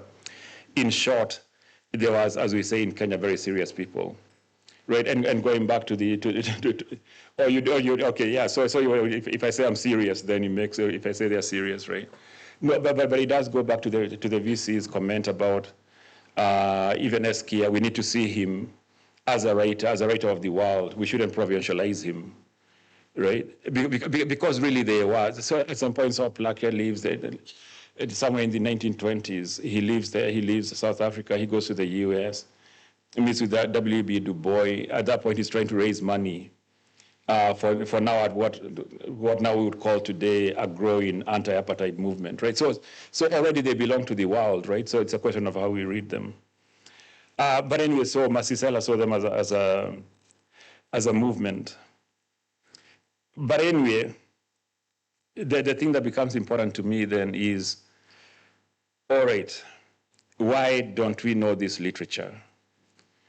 And okay, and I know I'm talking South Africa, so probably you know the literature, but I'm thinking about the African literary tradition. Why doesn't the African literary tradition acknowledge, own, critique, celebrate this early writing? And I mentioned the language question, but really I do think. Again, here there are two questions. Okay, so if you're a writer and you're young, in 1962, SK would have been 40-something. Then you have the young Goge at that point, impressionable, maybe in his 20s, right? But anyway, for writers, our job really is to bury the generation that comes before you. I mean, if you're a musician and so on and so forth. The question becomes, why didn't literary criticism separate itself from the burying or the loss of memory of this writing? And I'm using South African literature as an example because you can talk about Afro-Arab literature that begins in the 500s BC, Ethiopian literature, Amharic literature that begins in 1200s. You can go back to the Timbuktu manuscripts. So anyway, all that to say, like, we have this knowledge that we still keep locked in African languages. But anyway, for Eskia, right, and this is now that generation thinking about what is African literature. In a conference report for transition, he recorded the definition of African literature as creative writing in which an African setting is authentically handled, or to which experiences originating in Africa are integral. This therefore includes, amongst others, writing by white Africans like Nadine Gordimer and so on and so forth. And then also includes Graham Greene's The Heart of the Matter. But for me, I have an issue with that definition, because then who defines an authentic African setting, right? So again, these are debates beginning from the 1962 conference. And again, we can talk more about this, but if you want to think of watershed moments in African literature, you have the drum generation, then you have the Mare generation, but in particular to the Mare generation, you have to go back to that conference in 1962 because they titled it African Writers of English Expression. And now there's a question of, okay, you're decolonizing. Why did they have to name in 1962? Why did they have to add that line or those two words, Writers of English Expression, right? Because later, from that particular conference, you have people like Obiwali, who then argue that the title itself was excluding writers, African writers who are writing in African languages. And later then my father would argue that in 1962, he didn't have a published book, right? But he could go on the authority of having one short story, whereas people like Shaban Robert writing in Kiswahili they have many books, but in Kiswahili they couldn't get invited. But anyway, let me just talk about the thing that bothered me the most, actually, right? Okay, it's this one thing. Okay, we all know things fall apart, right? Okay, Things Fall Apart has been translated into over 70 languages, maybe more. It's the most translated African novel, right? But yet, that novel doesn't exist in Achebe's language. It doesn't exist in Igbo. All right, okay, so you might find a Zulu translation. I know there's a Kiswahili translation. But isn't it curious for all of us that this famous African novel doesn't exist at least in translation? Okay, there's a question, okay, should he have written it in Igbo? That's a separate question. But the fact that there is no Igbo translation of it, right? Okay, so anyway, the question of language never leaves Achebe. People keep asking him, and at different interviews he'd answer differently. So at some point he would say Igbo got standardized, and consequently doesn't, to use his exact words, the Igbo that was standardized by the missionaries doesn't sing, right? At that point, you'd say he's looking for a translator. Oh, there's my timer. Oh, dear. All right, okay, so, okay. But at any rate, right, but at any rate, the question of language, the question of language and how we view and where we start our African literary tradition is central. And I don't think we'll ever run away from that question until we address it. But anyway, okay, let me start concluding. All right, okay, so where do I see, going back to the title of the preface my father wrote for Eskia, or the title of my remarks, or the session, which is the prophet. So what do I see the activism, the political activism, the imagination today for African writers, right? Or rather, how have people like Eskia and others inspired us? All right, so that takes me to another South African writer called Zukiswa Vana, whom you'll be aware. Okay, do you know Zukiswa Vana? Okay, so Zukiswa. Okay, this is where then I should plug my own book and say she also published my book with this card, which you can find in your local libraries and or bookshops, even better. Anyway, Zukiswa. Okay, then you'll know this story. So Zukiswa, this is like 4 or 5 weeks ago. She joins a flotilla with a flotilla to go to try to break the embargo or the blockade against Gaza, Palestine, right? So, but she's there, but also with, I don't know, I forget, maybe like 400 other people in different boats. But also there was also Mandela's grandson, right? Anyway, if you're thinking about then what's the role of the writer today, certainly the internationalism, and not differentiating struggles to where you can put your body on the line for in this case, Palestine. But Palestine, of course, itself has a long history in South Africa, right? In terms of, I don't know, let's call it a core struggle, like a core struggle during Arafat's time and so on and so forth. But at any rate, so there is that. There is a question of internationalism for my generation of writers and the younger ones. There's still the question of language. There are many issues, right? There's a question of truth-telling and whose truth and where you starting your truth from. Anyway, that's what I think. All right. Okay, let me add one more thing before I finally conclude. Okay, now I'm truly being Kenyan now. This is the conclusion before the conclusion. All right, okay, so when it comes to African languages, I'm also the co-founder of the Kiswahili, the Safal Kiswahili Prize for African Writing. But also, co-founding that prize gave me, let's call it like a window seat into the plight of African languages, right? Okay, think of how many prizes can you name for African languages? How many publishers can you name that are published in African languages? How many literary agents, right? So in other words, all the things that would make you a writer, all the things we take for granted if you're writing in English. And English itself, writing, is not doing that well anyway. How many for a continent of, I don't know, 1 billion and plus people, 55 countries, how many writers, how many prizes, even for English, can you name? So let's say you can name up to 10, 15. How many can you name for African languages? Right.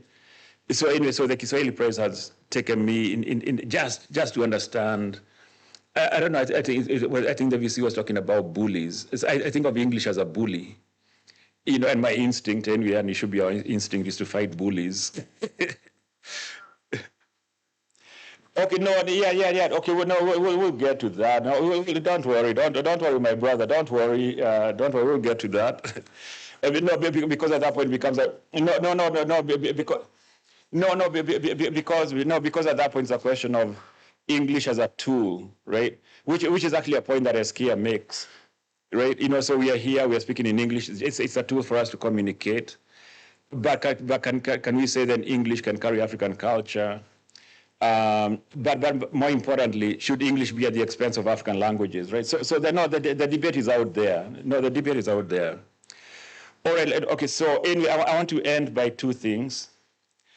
Okay, I mentioned Dollar Brand. Okay, so I want to read my poem. So at some point, I was taking Hosa, UW-Madison, Wisconsin, and I wrote a poem in Hosa, which I'll read now. And then I'll read a poem that I wrote for Winnie Mandela in relation to how we forget women in struggle. And then, then we can debate. All right, okay. Okay, isitandwa. Yiza ngapa isitandwa, na mhlanje kushushu. Yiza isitandwa wam, gomso kuyazipolile. Yiza isitandwa, difuna kukubulisa buliso nyingi. Oh, okay, I see that. That's what I needed to do. Okay, the poem isn't done yet. Okay, gomso kuyambadile nati. Isitandwa utetantoni, unantoni, masiteta. Ekaya ni ekaya. Ndiza kupinda, ekaya ni ekaya. Umamela kakulu, kuleiti isitandwa, sikona, masia ekaya. So, it's just a love poem. It's a love poem. I have an English translation, but it's just a love poem. All right, but the poem I want to read for Winnie Mandela, because it goes back to the question of the erasure of women in resistance, right? And for me, so the research I'm doing right now is around slavery, right? So, and part of that work then led me to Ghana, visited, the slave castles, or I don't know why they're called castles, but I visited them and all that. Yeah, there's nothing pleasant about it. Actually, if you want to understand slavery, you have to visit one of those places, because then you can see the complete inhumanity, right, that Black people are receiving. But anyway, when I was there, though, I ended up visiting, you'll know this, W.B. Du Bois ends up moving to Ghana, where eventually he dies, but there is a W.B. Du Bois Center. All right, a lot of people don't know this, which is, okay, anyway, a lot of people don't know this, but really, Charlie Du Bois was more radical politically than her husband. And if you want to understand Charlie Du Bois, you can find this online. Look for her. She started a journal talking about generational journals instead of magazines called Freedom Ways. So that way you can just Google and you have then you find the archive. Anyway, visually, for me, the question was, okay, why? Both of them died in Ghana, but Du Bois, W.B. Du Bois' grave is, mausoleum is bigger than Charlie Du Bois. Now, this is the point in me wondering, okay, who made that? Because somebody had to sit down and make a decision. Somebody has to sit down and make that decision of whose grave should be bigger than the other one, right? And for me, metaphorically, we do that as well. Like we make these decisions all the time of who gets remembered and who doesn't. And in my case, and if you follow me at all, then you'll know that I had a falling out with my father over the treatment of my late mother. Right, so it's personal, but I also understand it's not personal in that sense. It's more, it's more a question of what from history, what truth do we want from history, and can that history free us if indeed we are not conscious of, 50, 60, 70% of it. So all those things are running through my mind as I write this poem for when Winnie Mandela died. Because you are born Winnie Madikizela, but died Winnie Mandela, and you know your real date of birth was 1912 when the ANC was born, because you knew the steel in your bones did not come from your husband but from struggle, and you kept the struggle alive when the dream was jailed in Robben Island, because you refused exile, so apartheid would not forget your name was revolution. Because after apartheid fell, the world remained and you cried a luta continua.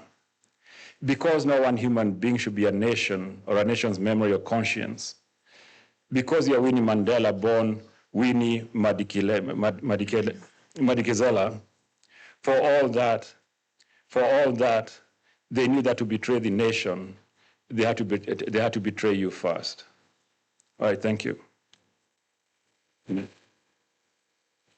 Well, mm-hmm. But still, in conclusion, okay, no.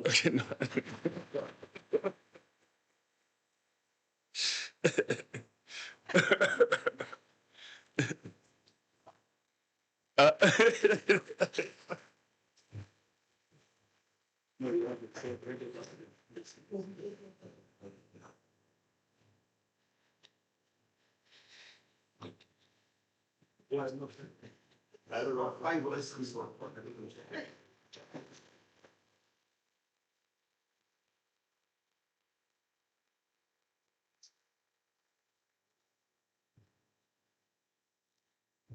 Ladies and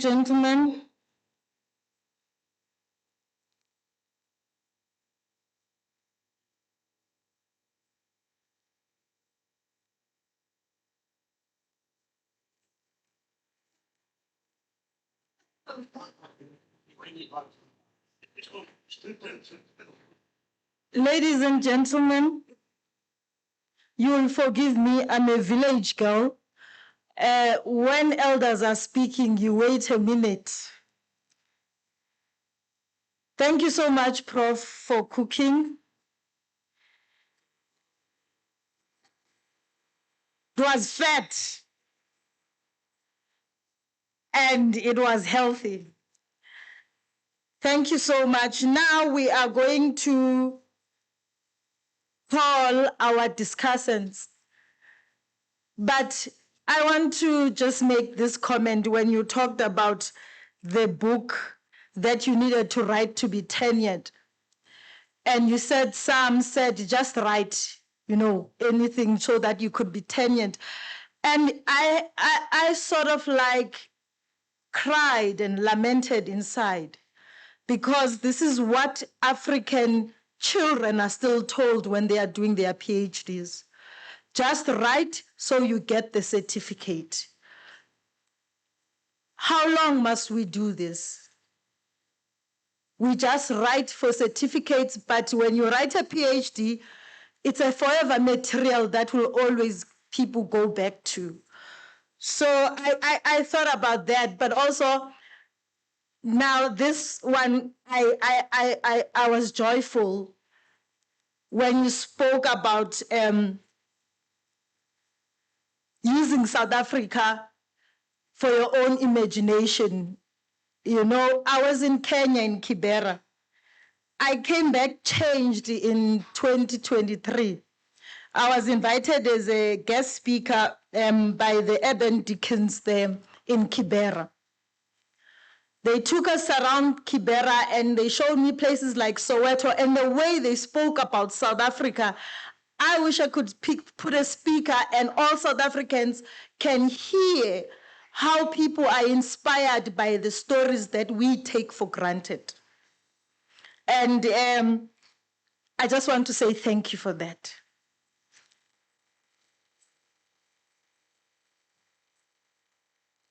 Now, we go to the discussion. Inputs from Prof. Evaristo Benyera, academic and political analyst from the Department of Political Sciences at Unisa.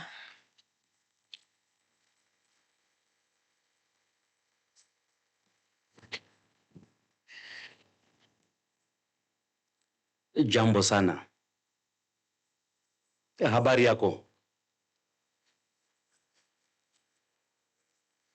Thank you very much, Professor Mukoma Wangugi. Thank you very much, Professor Linkambula.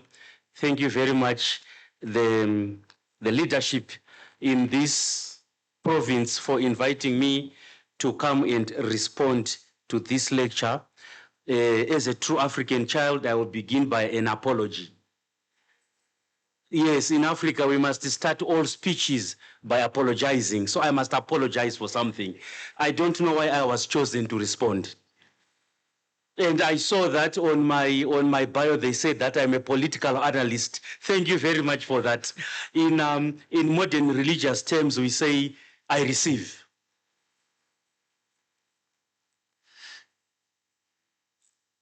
Thank you very much, Mukoma, for coming to speak to us. It was very profound, it was very deep, and it was very exciting. And I love the idea that your name is Mukoma. I will take the other meaning of Mukoma. Mukoma as a name has two meanings. There's a Kikuyu meaning and there is a Shona meaning. The Shona meaning of Mukoma is brother, the one born before you. I will not tell you about the Kikuyu meaning. He will tell you himself. Or it means one who loves to sleep. So no, he is not sleeping. So he's the other Mukoma. There is somebody who said that they were shocked to learn that Mphahlele was not from Kenya. I was even shocked to learn that Karl Marx was not from Zimbabwe. The way that we were taught Karl Marx, I thought that Karl Marx was a Zimbabwean. When I learned that he never set foot in Africa, I had an academic heartbreak. He never came to Zimbabwe, let alone the whole of Africa. Mukoma, you asked a very important question. What is South Africa? There is a lazy response and there is a nuanced response. The lazy response is that South Africa is a geographical point. And the more nuanced decolonial response to the question of what is South Africa is found in Down 2nd Avenue. That South Africa is a place that is to become. It is the place where the citizens live in what Mphahlele termed the first exile. I will speak about the first exile later in his spirit, and also being a Shona person from Zimbabwe coming to work in South Africa. Then I can relate to the idea, to the practice of the first exile. We are in a country, Mukoma, where 49% of the citizens said in a recent Afrobarometer research, they now support a military takeover. Because we are convinced that the post-colonial, quote-unquote, post-apartheid black government is incapable of delivering the democratic dividend. You just need to listen to Brown Mokgotsi.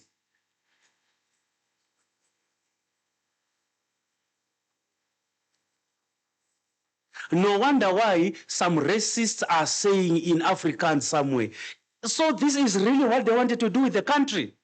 We should have given them the country a long time ago.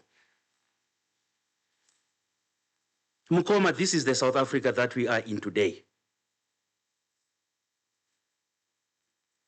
My response is couched in a political background because as a professor of African politics, the discipline that you ran away from, I've got a responsibility to contextualize your 16th Mphahlele Memorial Lecture in political terms. As a leader of the Global South, South Africa has been instrumental in not only talking about, but actually making sure that we get justice. Look at what we are doing at the ICJ. Look at the work that we did with the G20. We are living in a world that is characterized by four things. The first thing is that we have this end of the peace dividend, where people and countries have this unsummonable appetite for violence. And the corollary is that there are 3 wars that are happening concurrently on 3 continents. There is a war in Sudan between 2 generals, one supported by the United Arab Emirates and the other one supported by Saudi Arabia. There is a war between Hamas and Israel in Asia, and there is a war in Europe between Ukraine and the Russian Federation. That is the first background.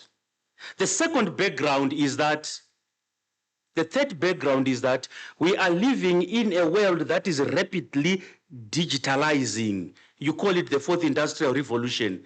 Artificial intelligence is so omnipresent that it can even force itself on you to a point where artificial intelligence is asking you to prove that you are human. You type a few things and no. Are you human? So a machine is asking you to check if you are human. The quantum development that has happened in technology in the last 10 years is mind-blowing. Somebody who died during the time of the party line telephone, if they wake up today and find us talking with those little headphones, they think we are all crazy and they'll quickly go back to the grave. What will the 5th Industrial Revolution look like?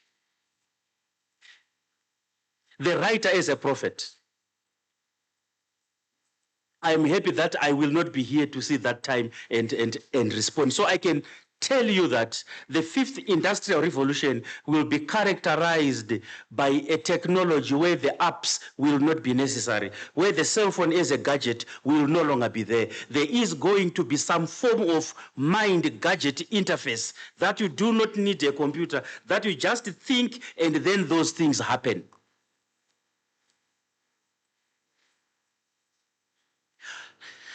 We are living in a world where there are people among us who are now capable of living beyond 150 years, courtesy of technology.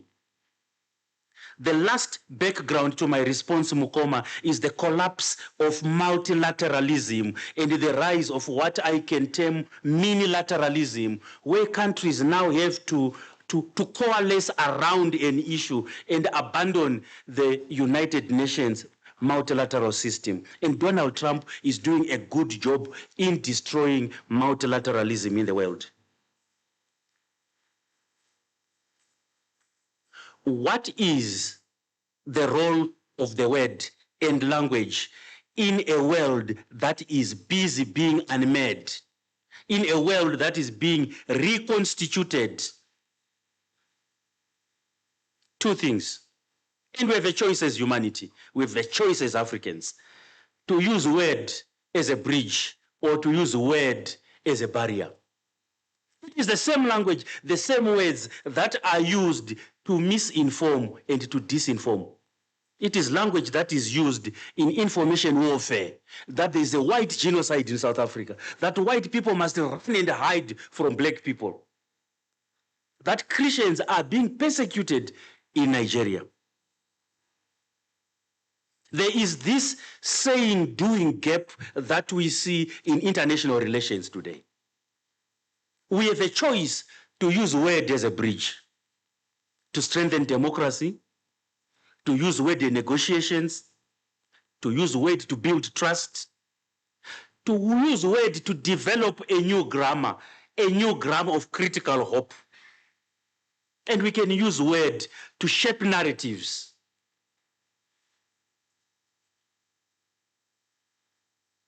And most importantly, Mukoma, we need to use words practically by developing a unified orthography.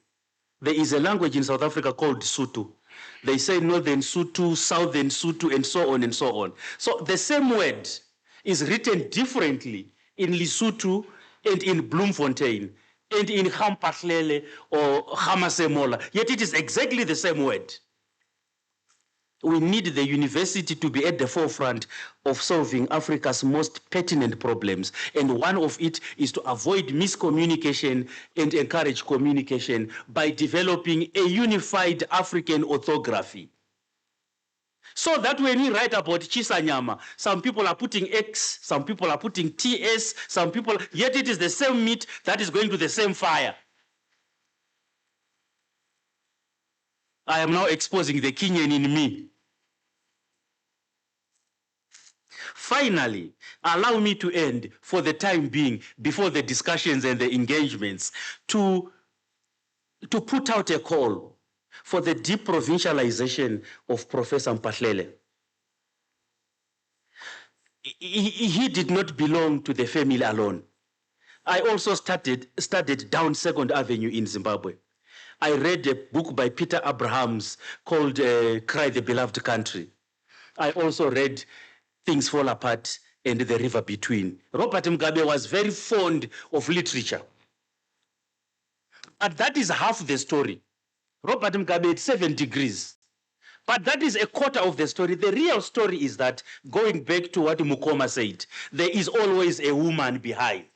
So when Robert Mugabe was incarcerated, he was not allowed to receive any books or anything. His wife, that he had brought from Ghana, where he was teaching, she was called Sarah Hayfron. She was in London in exile, the first exile. And she was always in a library every day from 6 to 6, copying textbooks word for word, sending those notes to Robert Mugabe.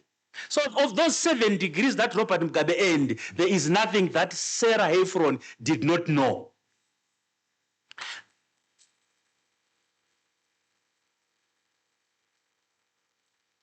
This is why I argue in my lectures that the death of Zimbabwe occurred concurrently with the death of Sarah Hayfron. Why do I say that? Mugabe was a teetotaler. He loved tea. Every Tuesday before cabinet, he would sit on the veranda having a cup of tea, and he would run down his cabinet notes to his wife. Before he reshuffled the cabinet, he would ask his wife. Before he posted any ambassador, he would ask his wife. Before he came to any university graduation, he would ask his wife. This is why, by the way, I married a very intelligent woman.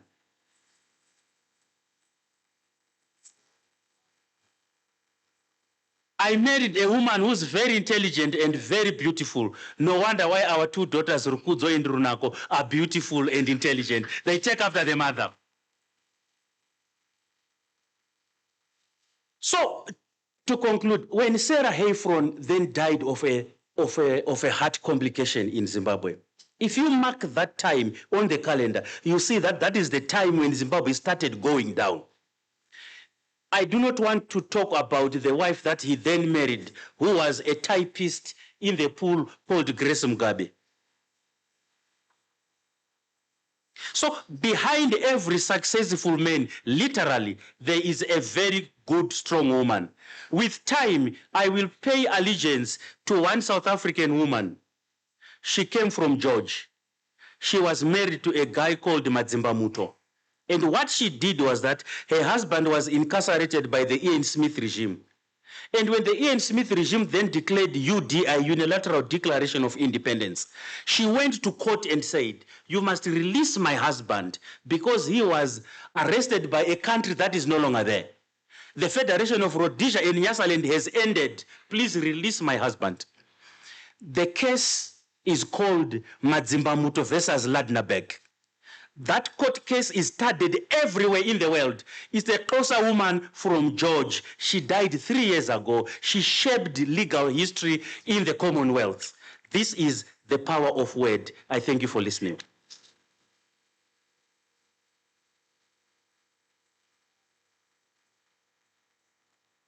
Thank you so much, Prof. Peñera.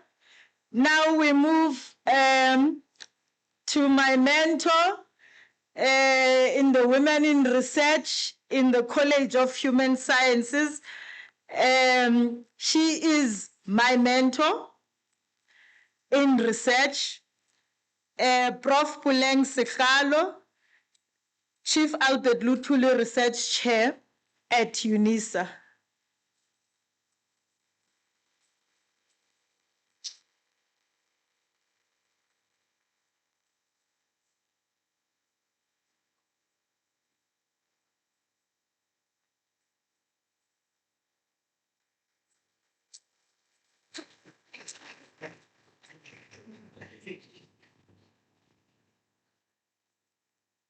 Dumelang,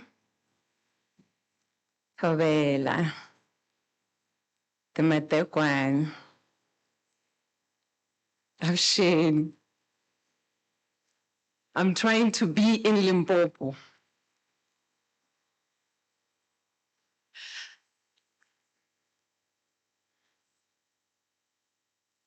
Madam Principal and Vice Chancellor, Prof. Mukoma, Madam Speaker, distinguished guests, ladies and gentlemen, Karataming.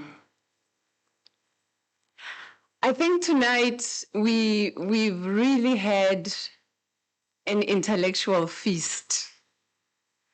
Prof. Mukoma, thank you. Thank you for taking us on a historical landscape, for taking us back in history, and for highlighting and centering and showing how Mphahlele was indeed a global icon. I think this resonates with what the Vice Chancellor also said in terms of how we need to acknowledge his work and his contributions. But you also went further and centered him within the African context as well, and centering him as a Pan-Africanist scholar. I don't know how many of us really knew the contribution that Mphahlele did and had within the African continent. So just focusing on Kenya and highlighting the importance of naming. Naming is very important. I think as Africans, we know, even when a child is born, when we give the child a name, the important ritual that surrounds naming. Okay, with the biomedical ways of doing things and decentering the birthing processes and going to hospitals, often we are forced now to give the child a name at the hospital because there's a birth certificate. So the birthing rituals are often forgotten. And what does that take away from us as African people? And for me, this is part of the decolonial agenda. And so when you speak about English literature, it's not only just the naming, but it's also in what is centered in that. And so when Mphahlele said, no, we need to also reconsider how we name, And we need to center or recenter African ways of knowing. We need to recenter African thought through African literature. Center the intellectual contributions of African scholars, and not only as add-ons or as footnotes. And so when we name and we say African literature, is in understanding the contributions, the thinking, the histories, the stories, the desires of African people, that we also have imagination, that we also reflect on the world around us. And these are the gifts and contributions that Mphahlele gave us. And so I think bringing that and recentering that for us tonight was an important moment in reminding us that what and how we name is very important, because decentering African knowledge systems was part of the colonial agenda. It was epistemic erasure, because it was with that idea that as Africans we are inferior and we are not thinking beings. And Mphahlele shows us that no, through his works and his intellectual labor and his denial of the system of the day, saying that no, Africans cannot think, and him writing and him being a social justice scholar, it was in ensuring that he gives us the gifts so that in this generation today, that some of us can stand here boldly as thinking beings, that all of us can sit in this room as thinking beings, that the next generation, Dr. Molepo, can consciously and confidently write essays and reflect and imagine and tell stories. And the second thing, Prof, that you highlighted today, which is also very close to my heart, is the issue around publications, right? The politics of publishing is something that is important. So when you made the example around Heinemann and how it was a colonial agenda, but also how the missionary idea and the missionary project was also part of knowledge production, because we know even with missionary schools and what was taught, Madam Program Director, we know the church had always been at the center of it all. So the idea was to have the civilizing ideology. The idea was also that of epistemicide, because it determined what knowledge mattered and what knowledge didn't count. And it was also about context and access. So when you say with African languages, how many publishing houses are there? How many awards do we have that acknowledge the thinking and the depth that is there in our African languages? Ladies and gentlemen, I'm not sure how many of us are aware that we're actually in the decade, as declared by the United Nations, of the indigenous languages. The decade started in 2022, so obviously then it's going to go on until 2032. So 3 years down the line, many of us are not even aware that we're even having such a decade. And it speaks to the challenge that you speak of, Prof, that where are our indigenous languages? How are we centering or recentering our indigenous languages? This is important because in our indigenous languages, there lies our histories. In our indigenous languages, there lies our identities, our worldviews. And when we think about nation building and what that would mean, can we only do that using the bully, as you call it, Prof, that English is a bully? Can we only rely on the bully to assist us to imagine the future of what Africa could be and what Africa should be?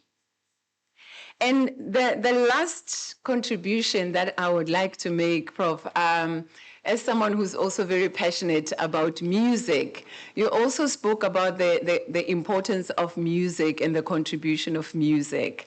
And this connects with your idea or your question on what is South Africa to me. And here I would like to just draw our attention to what you also mentioned, the song Nkosi Sikelela, right? And this was a song by Enoch Sontonga. And initially it was a hymn, and he composed this song in 1897. And then fast forward, in 1918, there was a poet called Langenhoven. And this poet came up with a poem called Die Stem. We know Die Stem, ne? And so 1994 comes, fast forward, 1994 comes, and we're speaking about a new South Africa. And we're speaking about the Rainbow Nation. And as part of moving forward as a country, it was deemed a good idea that we combine the two songs. But Prof, you mentioned something very pertinent, and I speak now also as a psychology scholar, that Nkosi Sikelela was a song of mourning, right? We were lamenting a loss as a people from colonialism, the land being taken, all of those things encapsulated in this song, which was then adapted by the liberation struggle to say this is the song of mourning of what we have lost, but it's a song that also gives us comfort. So what happens when 1994 comes and we are supposed to now be thinking about healing? But instead we combine the two songs to have a new national anthem for the country. What are the implications of this to our healing and our psyche as a people? What is it that we need to repress, Prof? One of the parts which was very important, I think, in the song that was then taken away, when we're thinking about mourning, when we're thinking about trauma, was the part of the song that says, Woza moya.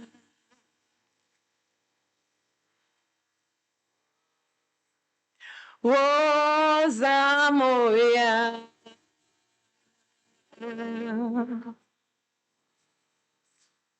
Woza moya. Oh, Iwele.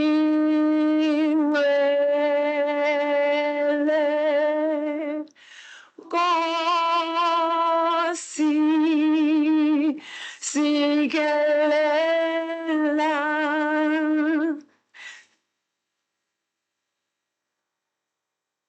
Nosapho lwayo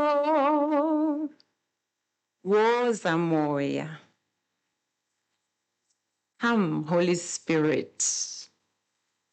Come, Holy Spirit. For we are dying, we are oppressed, we are in pain, we are homeless as a people. And so when we suppress that, how do we move forward? What is the role of the African writer in that moment? We spoke about all the wars that are happening right now and the genocides that are happening as we speak right now. And therefore, it is a moment for us to be saying, Woza moya. So in an era, as I conclude, marked by political, economic, cultural, and spiritual turbulence, the African literary tradition requires writers, thinkers who understand their craft as communal responsibility rather than just personal expression. And when Prof was saying I could not just write a book for the sake of writing it, it was in understanding that it's not just personal expression for me to get the qualification, but it's a communal responsibility. How is this book going to contribute and make an impact in the world? The prophetic function combines moral courage, vision, compassion, and hope. And these remain essential for addressing contemporary challenges that we are confronted with today. So Mphahlele's life demonstrates that maintaining this prophetic voice carries significant personal cost, but yet his legacy affirms that preserving human dignity and speaking truth to power are non-negotiable aspects of the writer's vocation, as we just did to the superpower that thought if we only have G19 instead of G20, things will not happen. And therefore, ladies and gentlemen, I invite all of us that we all carry this responsibility in the ongoing struggle for justice, for dignity, and for collective human flourishing. And with these few words, I would like to thank you.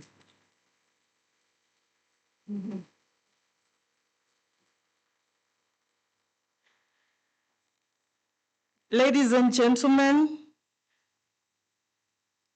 now we move to Dr. Matepu Maschaba, Acting Executive Dean from the College of Economic and Management Sciences at Unisa.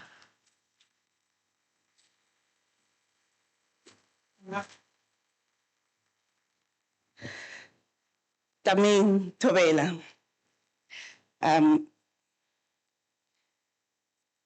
When Prof asked if everyone knew about Things Fall Apart, I had a loud yeah. And I thought I might be the only one who knows the title but have not read it. So I asked myself, why was I asked to come here? And I realized there is a reason. So I'll start with 16 because this is our 16th year here.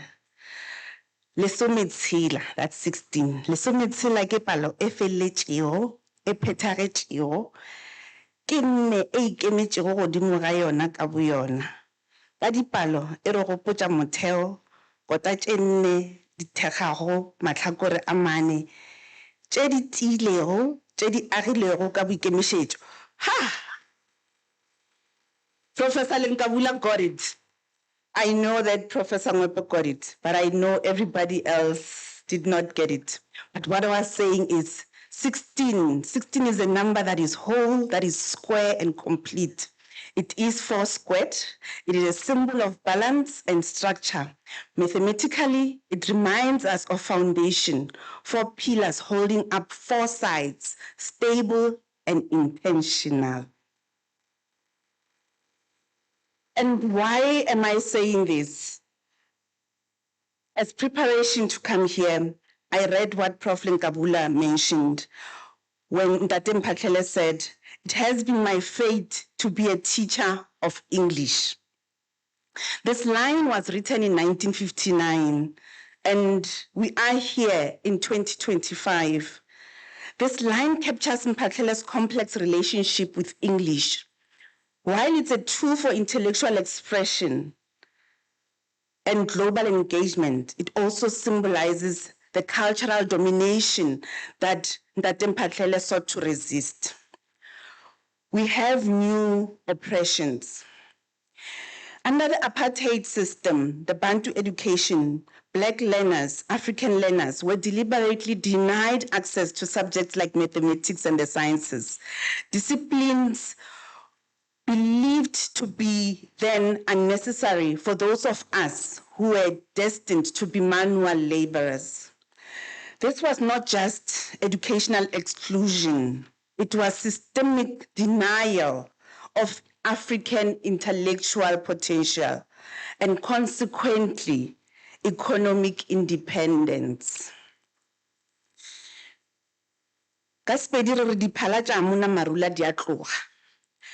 And Nigeria introduced indigenous language in 2022. But now in November 2025, they have reversed that. So in a continent where we are grappling inequality and youth unemployment, we must ask ourselves, are we equipping our young people not just to survive, but to shape their own futures. Because a generation that is not fully equipped with artificial intelligence, the sciences, the mathematics, is a generation that is hampered in this technologically driven world, leading to joblessness and lost potentials. We usually say in South Africa we have 12 languages, but we have 16, that whole number. From the 12 being the sign language, we also have corruption, it's a language, unemployment, it's a language, poverty is a language, then we have inequality. And this language, you will see if you go to the airports, because Discovery has put a board there. Besides those who have money and they go in earlier, Discovery has also put it there to separate those who check in faster and those who check in later. Even when you go through the passports, even our government allow it, and it is us who are in government. We allow that Discovery clients who earn more than R1 million per annum must go in first. And this is the modern oppression that we have. How then are we going to make sure we close this gap of inequality? Prof, you asked, who defines an authentic African setting? And what is South Africa to you? And I think South Africa is best placed to be the best authentic African setting, where our systems must be aligned, education, the economy, and entrepreneurship can be a way that makes African life livable, meaningful, and whole. South Africa can be a place where learners use algebra to calculate profit, apply percentages to savings and investments, understand economic systems through our African case studies, and produce thinkers who build but not imitate. In honoring Tate Mphahlele's vision, we must remember the wounds that were inflicted by the Bantu education and commit to reversing its legacy. We must use the South African struggle to succeed, Prof. Kaspediri Richipa itaga mohlabeng wa gayo. Let's learn in our languages to build a better Africa.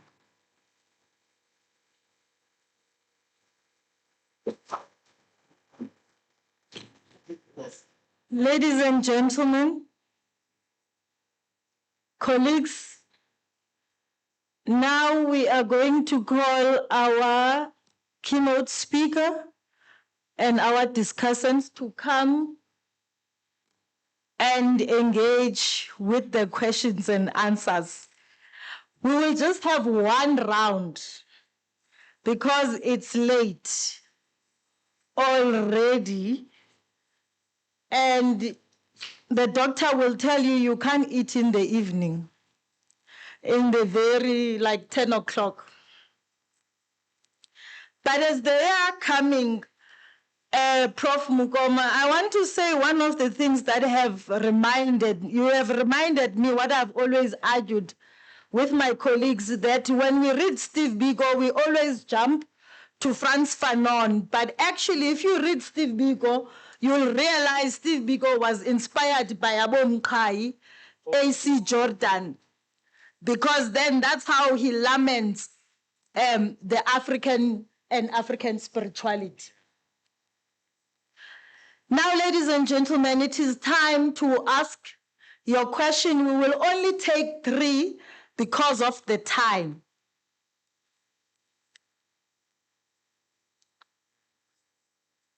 There are no questions.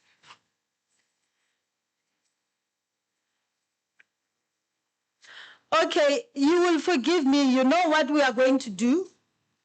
According to the section, so that no one is left behind. We are going to have one this side.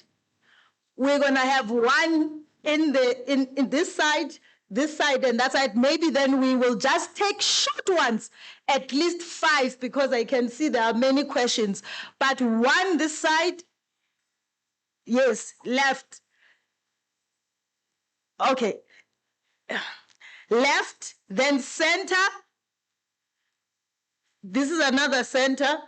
And then this is the right. And then Sissy with a red, beautiful jacket. In that order.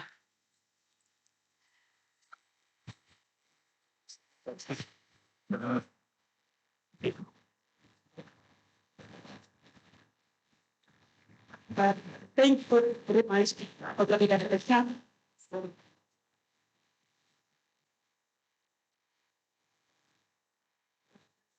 I think I about that is not provincialized or canalized like the cartel. But I think the question that I would like to ask, or that's a concern, is that how do we globalize someone who is not celebrating a goal? Because I must say that maybe the comment, because I think it is the only institution that is celebrating the death of Mphahlele. I'm saying so because in communities, I run a library in the village. During the centenary of the Mphahlele, we were celebrating him. And amongst the that we had in our library, only 3 kids knew who Mphahlele is. And you try to ask yourself that what kind of a curriculum are these children taught? So my argument is, how do we synergize the relationship between academia and communities so that our children tend to understand who their heroes are? Because if we were to tell the truth, our children do not know who the Industrial Revolution. So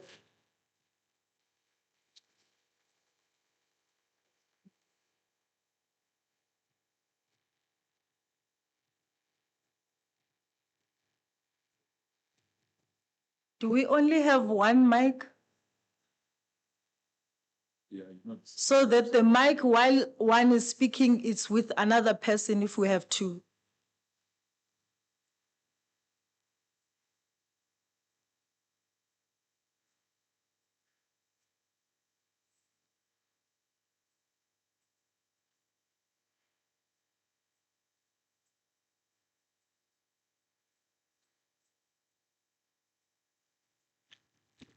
Something wrong with the mic.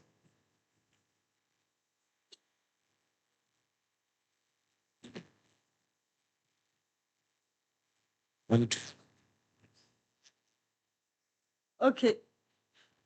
Can't you ask, we won't hear you. What?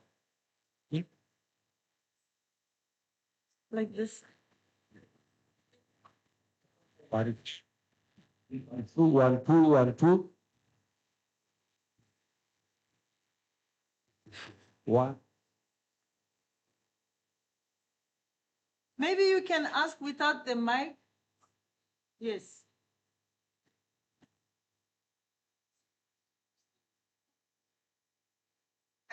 Disadvantage. But I wanted to ask, and I'm glad the MC may be handy in this aspect. I have heard that the main speaker of the day quite concerned or quite scholarly is crossing our brothers in the United States and how we interact as Africans. And I wanted to check what one of the speakers thereafter also spoke about indigenous languages related. What I wanted to quite establish, or at least to know the mind of the scholars, I wish I could just do that letter, the theologians may also assist. That letter of King Leopold that has poisoned well found by Popo in 1935. Other scholars in literature and otherwise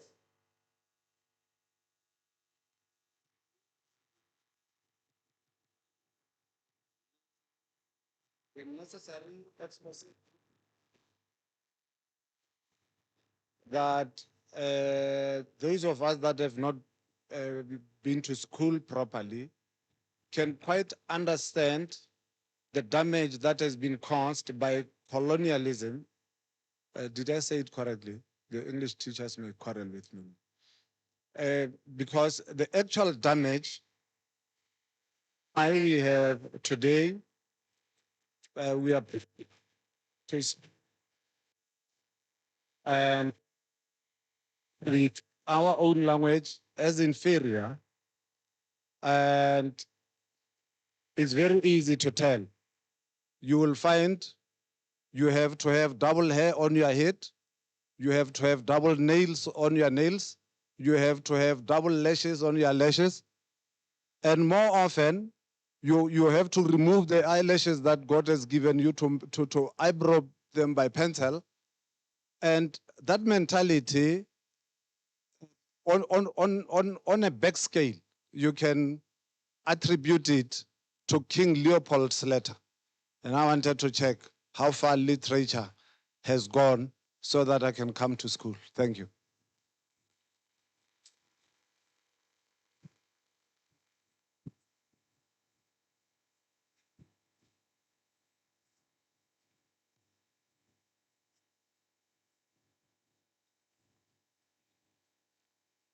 So thank you for the opportunity and all protocols observed. Mine is just going to be brief. If maybe you can share with us, because a lot of the work of Mphahlele is about his experiences in exile as well as his return. How do those influence his character as a person, as his identity, one? Two, as his emotions, perhaps as he pens them down in his books. If maybe the panelists can maybe share with us and maybe take us through a journey so we can maybe get a feel or a sense of what he came across. Thank you.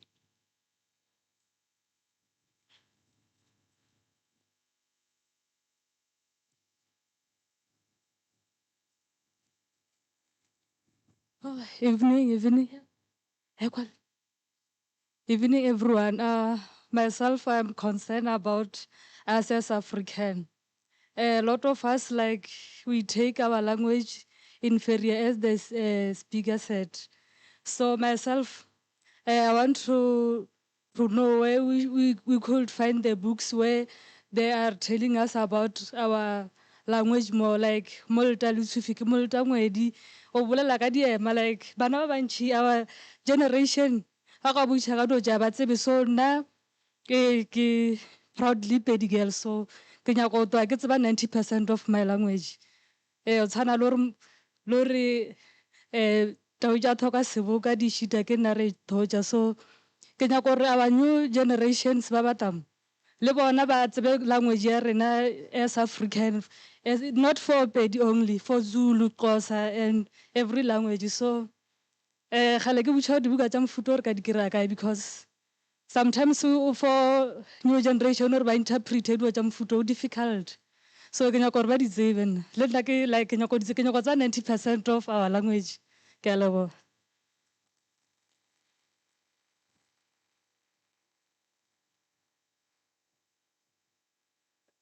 Good evening. Mine is very short and brief due to time. However, I would speak the whole night. But let me also try to get a question that is very simple to Dr. Masachava. I see that your name is being spelled in Masi Chava. I don't know if it's African or maybe there's an error in terms of writing, there you must also try to assist the house, because I'm sitting next to Masichawa as well, but then it's written different from what they've written here. Number two,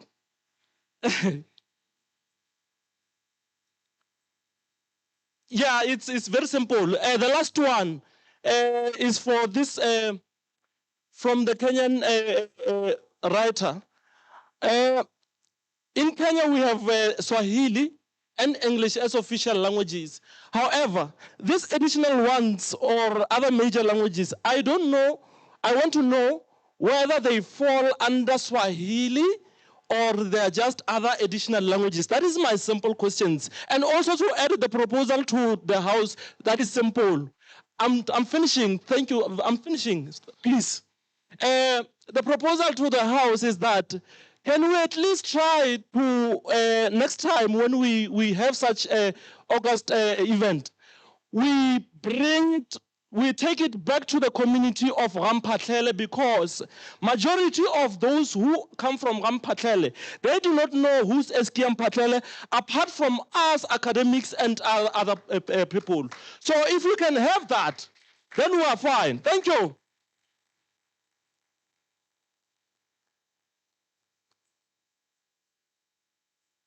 Esteemed guests, to engage the question, so I will give each, and then you will have the rest.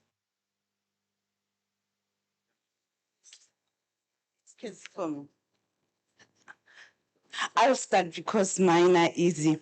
I'll speak about the languages. Ceci, she's gone, but she'll listen.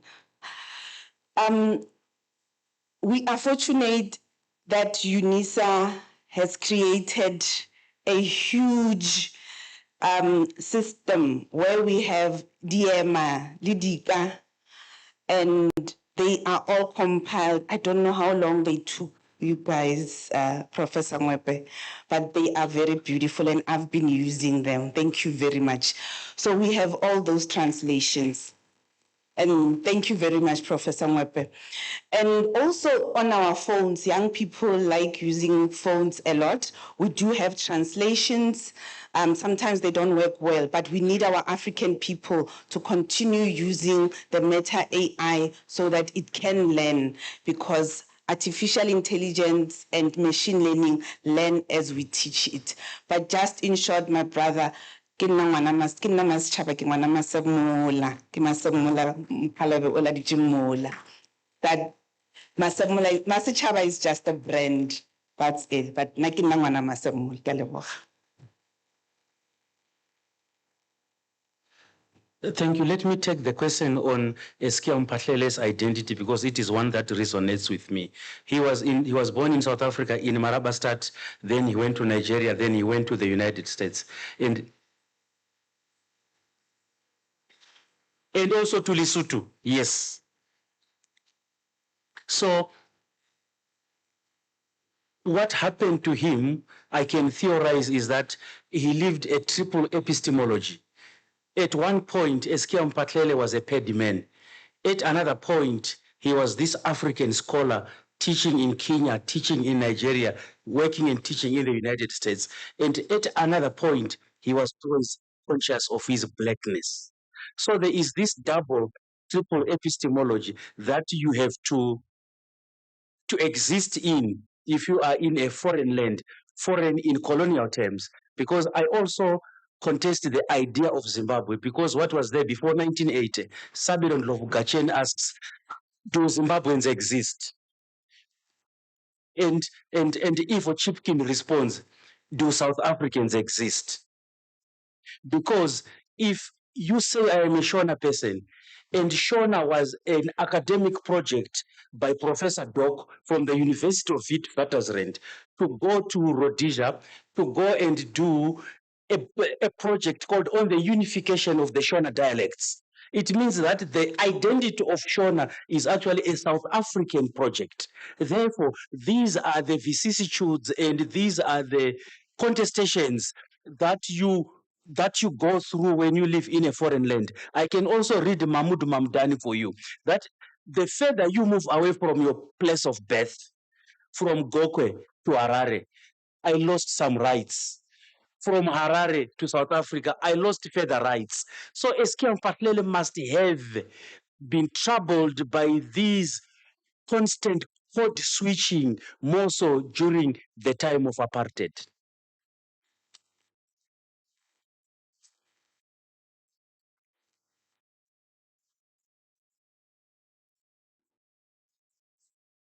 And I would like to comment on the question that you asked, Ndadi, about King Leopold's letter. And I think this was part of the integral project of colonialism. And what the letter speaks about is about psychological warfare. It's about psychological enslavement. That if you can conquer the mind of the colonized, then everything else will just follow. So the idea was for the indigenous people or the colonized to believe that their history, their cultures, their way of being, who they are, the way their hair looks, all of that is bad. And the brain is something that is very interesting. It's a powerful tool, but it's also very fragile at the same time. So when you are told over and over and over and over again that this is who you are and this is what is right, you end up believing in your inferiority. And this is how the colonial project also became as successful as it was. And it was not because people just gave up. Because I think if our foremothers and forefathers gave up, because even our language was seen as useless, as not having, scientific knowledge in it or importance of any sorts. But even in the midst of all of that, people remained resistant and they fought back. But at the same time, much of that project was also successful in many ways. And that's why we're still dealing with this idea of coloniality today. We can say colonialism ended, but its impact, its influence in the way in which it affects us still manifests today. And that's why Papa Lervona Kadi eyelashes, we cut our because the idea and the standard of beauty has been predefined. And has been predefined from a particular location. That being African, being dark, having a beautiful flat nose is bad. And sadly now it's also perpetuated even through the media, through marketing. And that's where the challenge comes in. And that's where King Leopold's idea and agenda becomes manifest. And that is why the works of people like Ntate Mphahlele and all other scholars who are very determined in saying we should not forget who we are. This is why Ntate Ngugi wa Thiong'o's work on the decolonization of the mind. Steve Biko, when he was saying Black consciousness is about us loving ourselves as Black people, as a people, the way we look, the way we think, where we come from, and really paying attention, but also celebrating our Africanness, our humanity as African people. And that is, for me, I think, a continuous project that we need to be able to work on. And that's what the decolonial agenda is about. It's about recentering, undoing, relearning, and unlearning, and really challenging what Leopold has said and has done. It was a long-term project. And so the work is upon us in our hands through the projects that Cecina Bulela Mola on doing this work in our schools, not only at university, but from basic education, for the young ones to know who they are, their identity. And not only now at university when much of it has been entrenched, it's about rethinking our curricula and how we socialize our children and the next generation.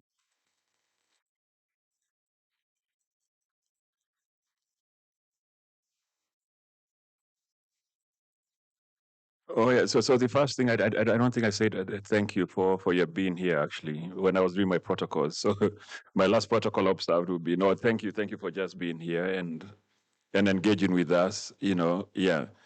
All right. Okay. So there are several questions. I'm just going to run through them.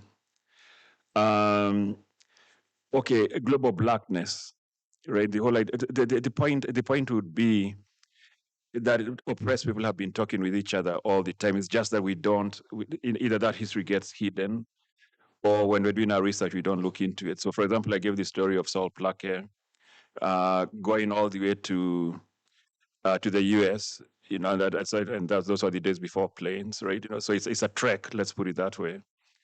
Meets with W.E.B. Du Bois, right? W.E.B. Du Bois later dies in Ghana, but you can map these networks of how Black people have been talking with each other over generations, and going back to the idea of resistance, right? You know, going back to the idea of you know, we have been resisting anyway. It's a question of each generation then forgetting or not being taught or not doing the work of learning that, of learning those networks. And I do believe that until we can think of Du Bois or Shirley Du Bois on the same plane as, let's say, Steve Biko and so on and so forth, then we're not going very far, right?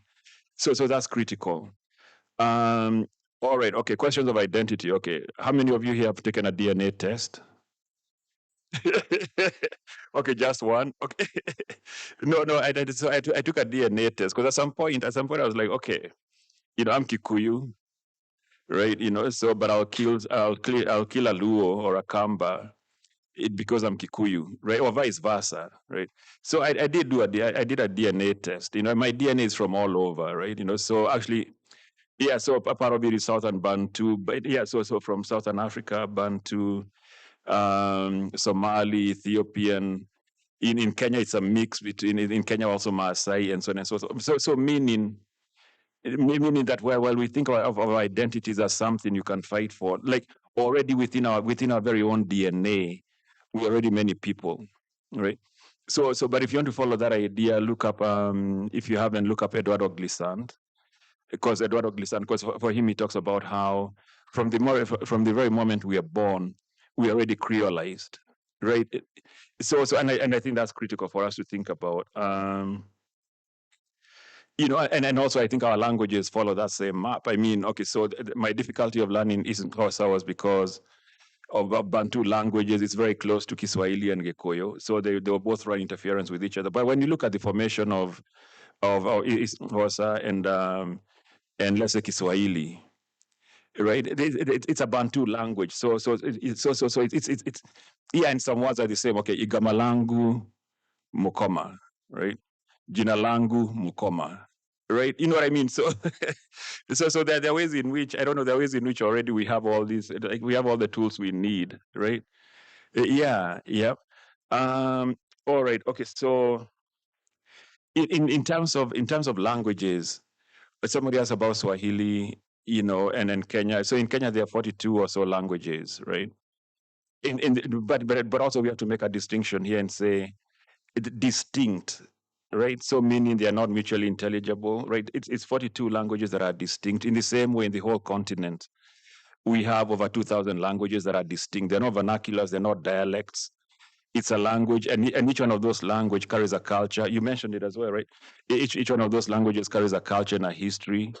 So meaning when it comes to languages, there are two things with, okay, there are maybe more than two. But the first one would be, we have to move from the principle all languages are equal, whether it's spoken by one person or 1 million or 200 or whatever, 200 million people, right? Because of the history it carries. And also some things are just practical. Okay, so, and I'll give you a quick example about this. All right, so if you write in Hausa, what they quote unquote Onitsha literature, right? Hausa, I don't know if they call it market literature, but it would be pulp fiction. I also write detective fiction. So it would be yeah, but if you write in Hausa, you can sell 100,000 copies, right? But again, when we're doing conferences around African language, actually around African literature, those writers don't get invited, right? So I can tell you quite frankly, okay, one of my books are sold like 500 copies. Okay, so if you're inviting me, okay, whom should you invite then? Should you invite me who has sold? Okay, fine, I shouldn't undersell myself. It's only one book. And if everybody here buys several, then maybe can get to 600. But anyway, the point is that we need to redefine the worth of who our audience is, right? So if you're a house writer, yeah, I mean, you're reaching 100,000 people. Like, who else do you need, right? I mean, that's a bestseller by any other standards. Then when it comes to languages, there's something we should keep in mind, which is something my father said. That translation is the language of languages, which when you look at the early debates around African writing, even the debates between, let's say, an Achebe, an Obiwali, an Eskia, and so on and so forth, none of them, and this is surprising, none of them really consider translation. But imagine the wealth. Imagine, okay, if you're talking about job creation, imagine the wealth of these languages and what they would give us. We'd have translation centers. I don't know, we should be thinking about AI in African languages and so on and so forth, right? So instead of seeing our languages as dividing us, we should be seeing them as potentially, not economically and so on and so forth, but also just for our own, I don't know, identity and so on and so forth. All right, okay, so, okay, on the question of exile and return, okay, that question should be directed to the Mphahlele family. No, but what I'll do is I'll answer it from my own. I'll answer it from my own perspective, right? Because my father did end up in exile. So most of the writers we talk about, Shoinka also was in exile. Achebe. In fact, James Carey talks about how at some point they had a section. Whenever they sent out their newsletters from Heinemann, they had a section of writers in prison or writers in exile. So the concept of exile. Okay, so in post-colonial studies, which is what I did, we tend to admire exile. There's something about it that we admire because you can get a bird's eye view. I don't know, like an eagle's view of life and so on and so forth. No, but exile is hard, right? It's hard on the person who leaves. It's hard on the family that's left behind. And at least in my case, I would say, I mean, okay, so I didn't see my father into exile when I was like 11 or so.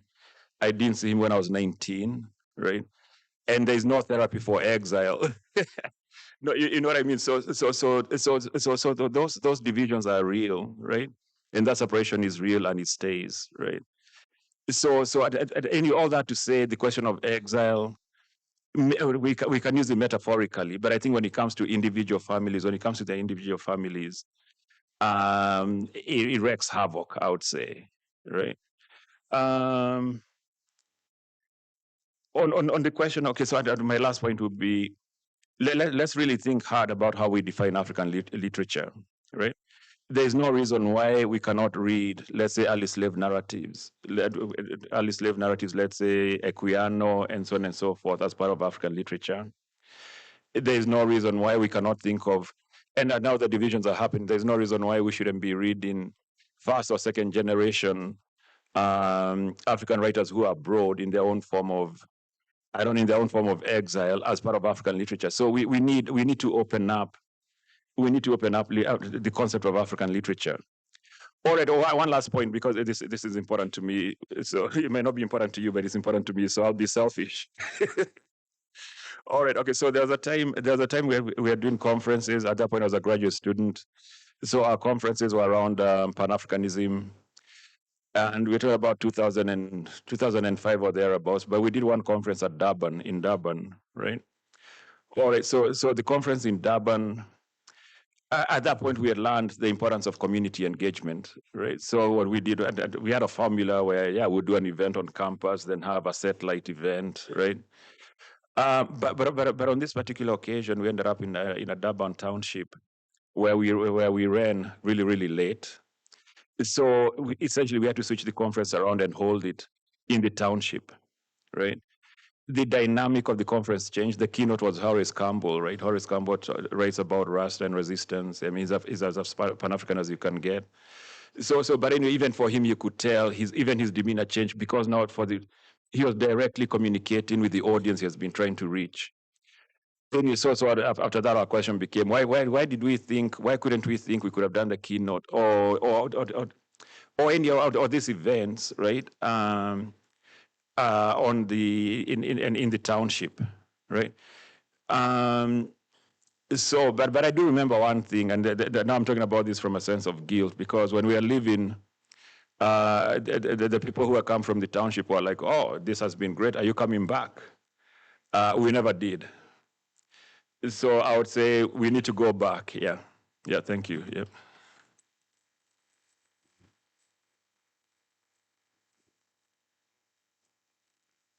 I think someone stole my program. Oh no. Yes.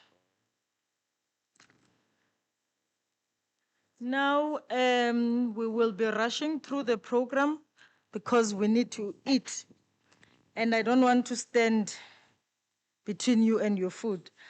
So we're going to call now Prof. Lenkabula, the Vice Chancellor. We are going to call Prof. Ngwepe and Prof. Sepota to come. I hope I didn't butcher too much of that name.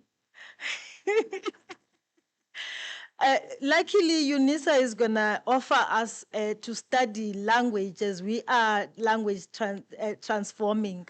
So next time I come, I'll be polished.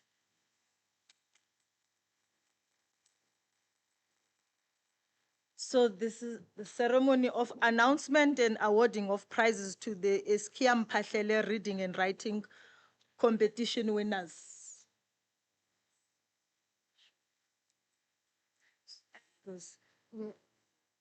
Yes. Okay. The three. With them. Yeah. Ladies and gentlemen, I'm very hungry, and I know you're very hungry. Can I request that we give our keynote speaker and the respondents a rounding round of applause? Yes. One of the things that I know is that even as we have fed our intellect, enjoyed the discussions, reimagined the questions that we had, relearned some of and negotiated and contested.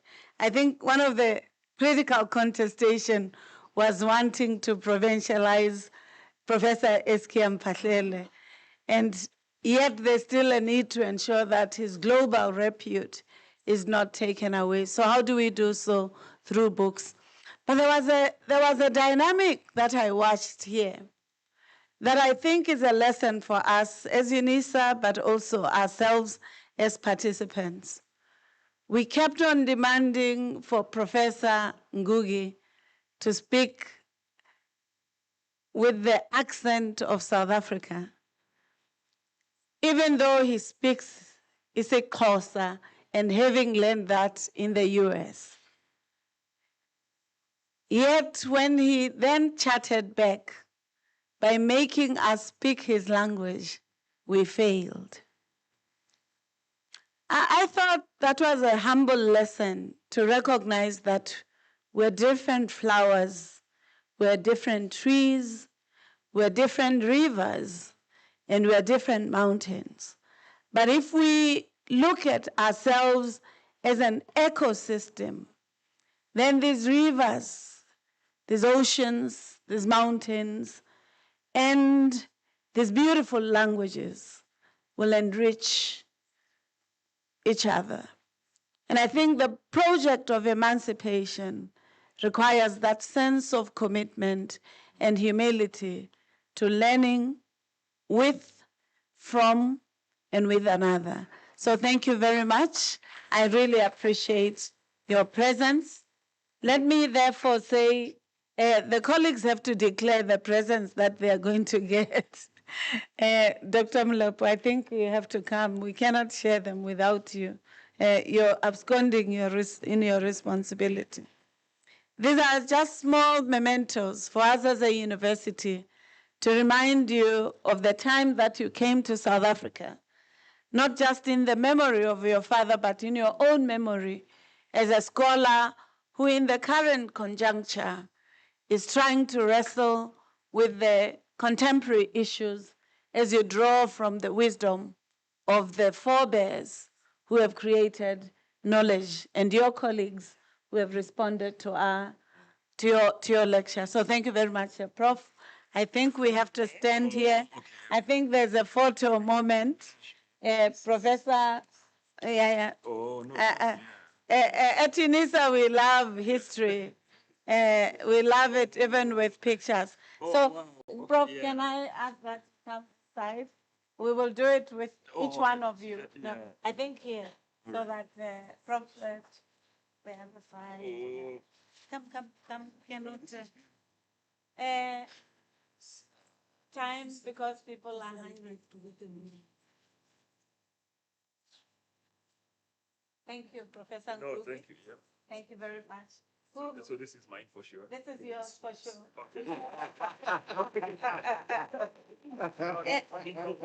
and yes, thank you very much. And of course, Prof, the colleagues who are also breaking bread with you, the intellectual bread, we also want to recognize their contribution. And therefore, I'll give them the opportunity, Prof, before we start. Please join them. And then ask Professor Mukoma to also be there so that that overtake. Labona bontate ba etsang. La bona bontate. Abaye ba sheba ka mo, ba sheba ka mo la ba re ha re ba ya pele.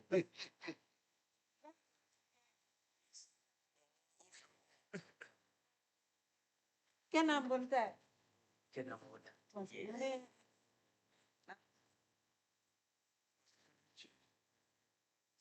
No. Professor Sekgalo, thank you very much. Prof.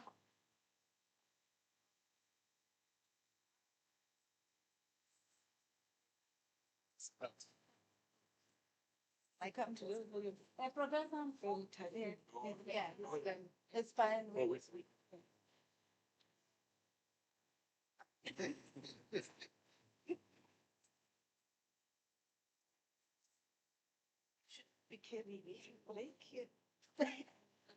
And then,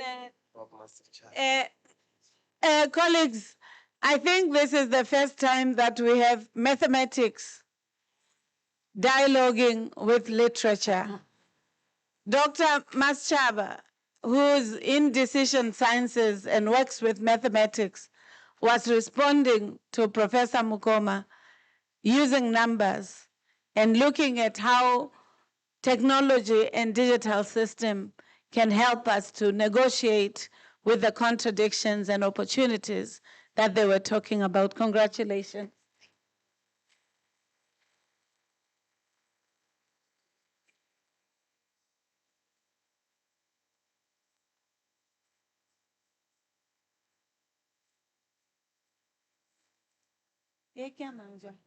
Oh, yeah.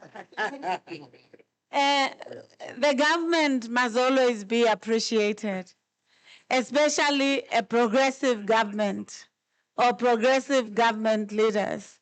We're really appreciative, Doc, for you being here. As a speaker, we know you have many duties in our country, but you're here, so thank you.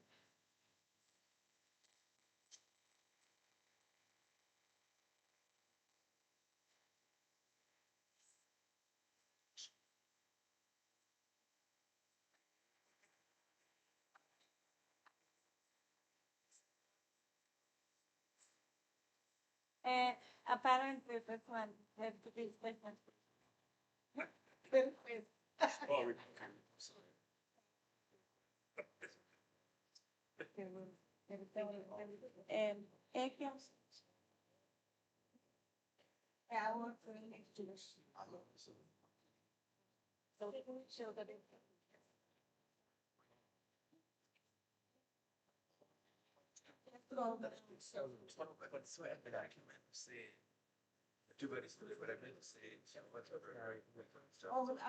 I'm sure. Like I indicated that for your argument, so that so what I meant to say, I wish we had because in the Whilst we recognize that the family is still going to share their reflections, but also their appreciation, let me request Ntate Rorisang Maruatuna Mphahlele. Somebody called it in an Anglo-Saxon way to come and receive something before he speaks. Thank you very much. This is the family that has brought us here.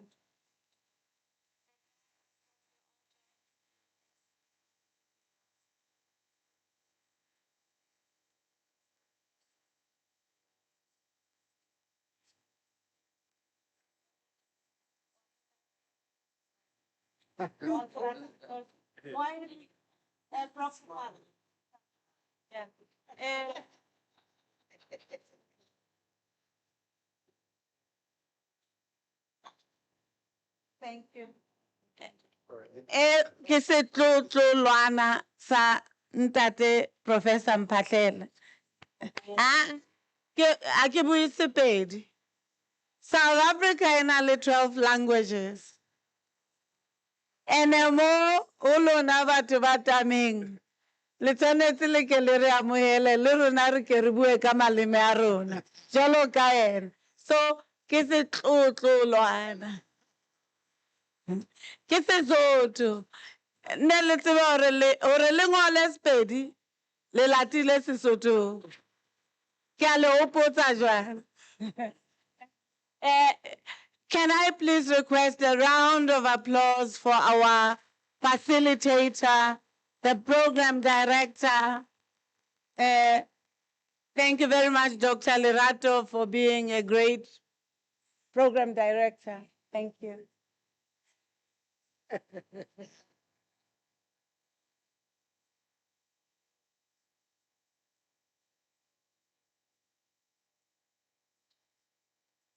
Do we have the winners? Yes.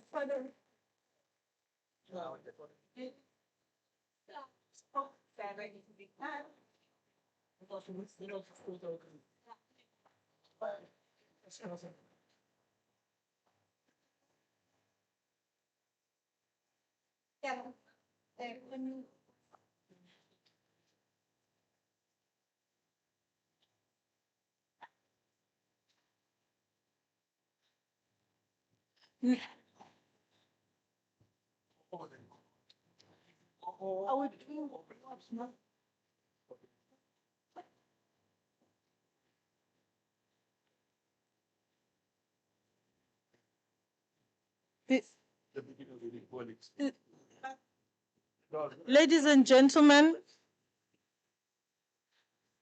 before we call the family Mphahlele, I think. But maybe let Mphahlele Rorisang speak. Okay. Then we done. We'll get to the, okay. Okay, I think now we are going to call the family, remarks from the Mphahlele family, Mr. Rorisang Maruatane Mphahlele.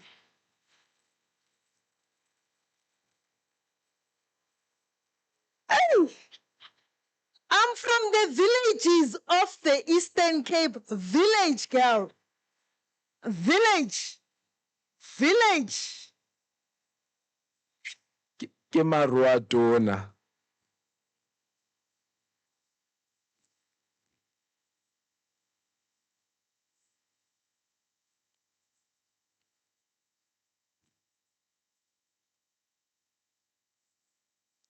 Right. Good evening, all. My name is Rorisang Maruatona Mphahlele.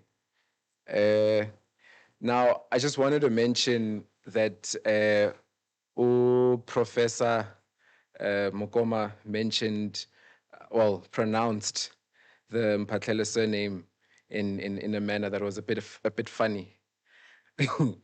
So I remember okay, I now remember where the Mphahlele connotation came from. My father used to crack jokes about the way people used to pronounce the Mphahlele family. And I really did not know where the Mphahlele thing came from or where it emanated. So now it makes sense. It makes sense. Right. Allow me to proceed. It is a profound honor to stand before you tonight on behalf of the Mphahlele family as we gather for the 16th iteration of the annual memorial lecture dedicated to our father, grandfather, and literary giant, Eskia Mphahlele.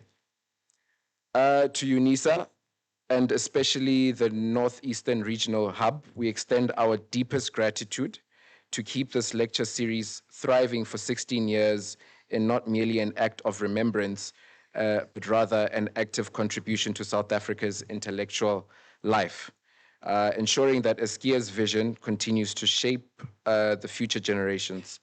We thank you, Unisa, for upholding his legacy with such dedication and excellence. Right. Now, I know that we are all hungry. Ke a tseba. Re tshwere ke tlala, di gwaile. E fela be ke kgopela go bolela tše dingwe. Now, I challenge everyone to read Joseph Conrad's Heart of Darkness, #1. And perhaps this could assist people to really delve deeper and understand the crux of Things Fall Apart by Chinua Achebe. Nonetheless, everyone loves a good challenge. And I know some people may have read it, but I challenge the House at large to now go read as well. We Need New Names by Mphahlele Bulawayo. And here's a brief synopsis. The book traces the dramatic journey of a child who grows up in a poverty-stricken shantytown in Zimbabwe. The narrative pivots on her emigration, to the American Midwest to live with her aunt. The book functions as an exploration of major thematic conflicts, including identity, and displacement. The struggle to reconcile two vastly different worlds altogether. #2, it also follows this theme of the American dream, which examines the expectations versus the reality of life in the USA. #3, it also follows the theme of cultural adaptation, the challenges of navigating a new culture and facing a different set of problems in the West. Tonight, we are privileged to hear, which is what I'm also facing, which is cultural adaptation. I have a few of my colleagues here as well who will tell you, I think one Nkulu Mphahlele right there at the back likes mentioning that I speak English Sepedi. He mentions it from time to time that, when Rorisang, yeah, no, Sepedi sa gago mfethu, no, sile kua. Okay. So Professor Mukoma Wanguji, I don't know if I'm pronouncing it right. My dad used to pronounce it Nguji wa Tiongo.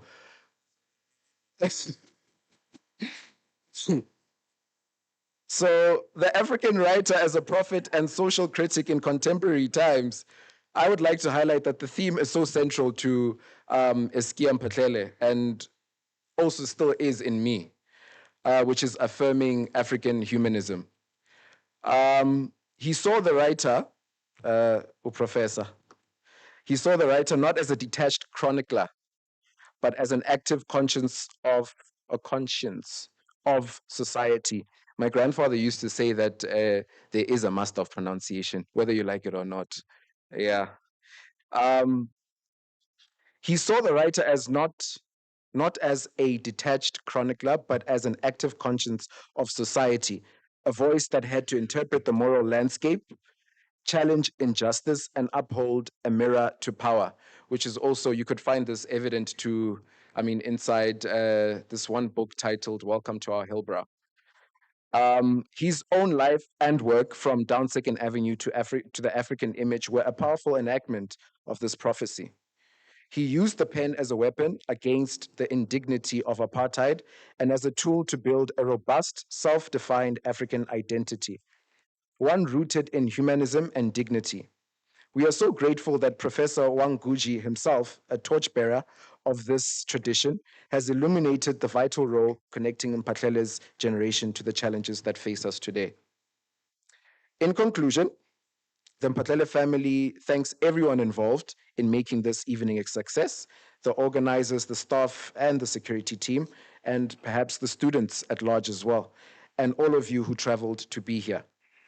As we leave this evening, let us take the spirit of Eskia Mphahlele with us, the spirit of rigorous critique, profound humanism, and unwavering commitment to a just and beautiful Africa. Thank you. Re a leboga. Thank you so much, Mr. Rorisang.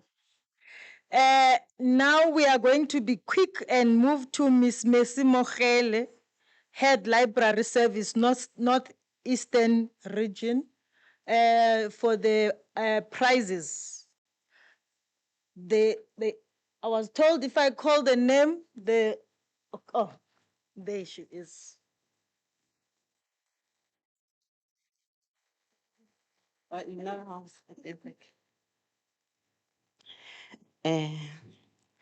Thobela re lotjheng, Perile, di matekwane, abuti, re leboga, Bakoni, Prof. Lengabula, Prof. Ngugi, le Bakoni, Tlo, Mr. Harper. Can I just start with the invite, Madam Speaker, and all the guests? Good evening. Thank you very much. Quickly, the library, Northeastern Region, has got partnerships in Limpopo and in Mpumalanga with municipalities. We serve the communities through the public libraries. Students don't have to struggle for books or post or pay the courier. We deliver the book at that library, the public library. We train the local librarians and the students in that library. So we recently have the Makhudu Tamaga, Lebo Patanzwane. I love that name.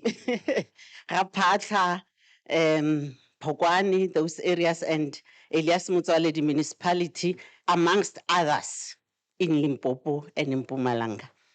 I'm taking the invite. I will come to your office or I will go to the legislative library and talk to the colleagues. Thank you. Colleagues, friends, students, the most important people. This reading and writing and essay competition started with the Eskia Mphahlele annual lecture. And we have had students writing short stories, and we had the adjudicators adjudicating their short stories. Yes, the language here and there was not perfect, but luckily when we produced this book, the English department, with the assistance of Dr. Shandu Petla and Dr. Maluleke, I think, and other members, they assisted in editing the stories. Prof, I'm not giving you a book and because it has got some few problems. Yeah, but it's a limited edition. It doesn't have an ISBN number. It doesn't have a title page, and the head librarian next to you is going to beat me up. Can we rectify the faults? And then I will bring it. Unfortunately for Professor Ngugi, maybe he will take this limited edition. Yes, okay, that is fine. So we have short stories. We've got a booklet of short stories, which is positions 1 to 3 from 2017 to 2024. We now have this book, meaning the ones that I'm mentioning today as winners, they will start the second edition of this book.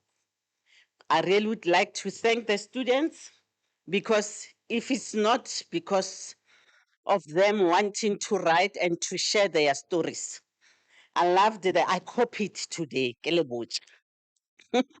They said history will be kind to you because you'll be writing a story that you want. That's Winston Churchill. But I said, and that you know. Additionally, in your language, we've got a challenge. Even Dr. Litswalo, Napiadi Litswalo challenged us and said, let the students write in their languages, we will translate. So, no excuses. Akere batho beso, la tseba daso me mense. Ne? No excuse. Write in your language. I received a challenge and an invite from languages, linguistics and modern languages, and also the African languages department and English department, that when you write, they will assist in with translating. So I really thank the students for this initiative. They always submit short stories, and would like them to produce and write more and more.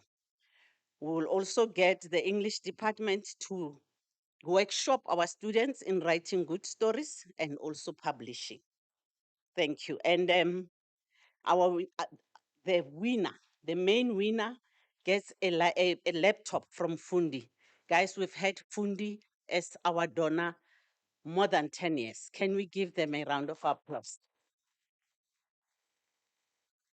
I really appreciate Fundi, and it's motivating because all the students, when they write, they want that laptop. So they're writing for position 1, which is really motivating. May I call the winners? I'll call them upside down. we usually take 3 winners, but this year I had a tie of number 3. Therefore, I'll start with number 3s, Mr. L. Mphahlele and Mr. J. Mutseyo.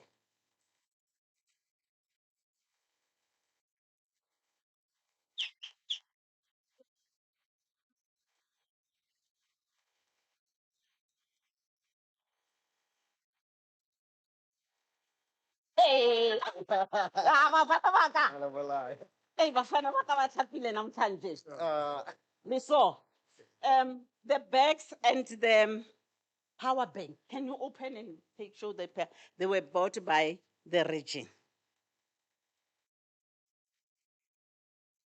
Hola. And yeah, wait. Shift down phela hanyane. Number 2, position 2, Mr. T. Pala.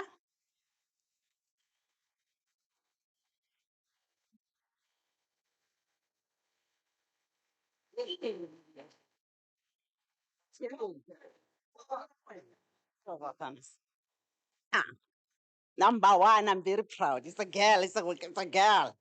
Miss Carol Malika.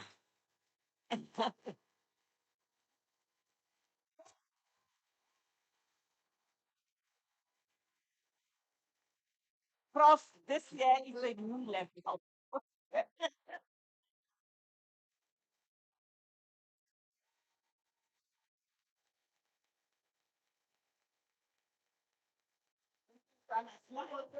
Thank you. Thank you. Yes, you have to. Don't worry, this year. No, you can. Thank you very much, colleagues. Thank you for everything, for the support of the students, the support of the region, the main library, the region. So, Ralevo, we really appreciate. Thank you.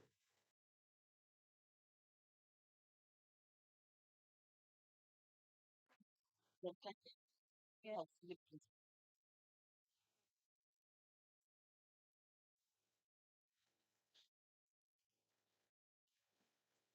Congratulations, well done. Eh, Bashumi, Prof. Yes. Thank you. Thank you. Yes, thank you. Thank you very much.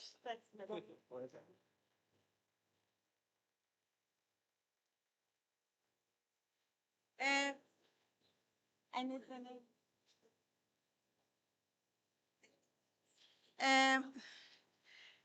Um, colleagues, How many of you can say hello in the 12th language? Aya tlaskawar.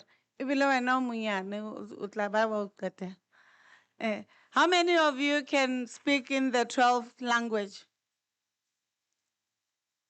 How many of us in this room can speak in the 12th language? Let me see. Can you say hello? Was it right? Do you agree? Do you agree? Apparently you're invited. You didn't speak the language. So colleagues, we know that many of us really appreciate the idea of universal access for persons who live with disabilities. And we don't know, each one of us doesn't know when they may have a disability. You can fall, your specs may not function and you don't see. I want us to give a real round of applause to our sign language interpreter.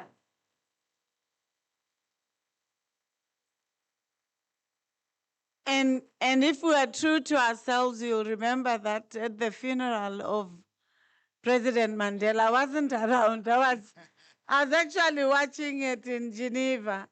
And I saw, and it was worrying. So to have those who are fully trained and are doing it well, I think we need another round of applause. Where is, no, that, oh, thank you very much. Yes, can you?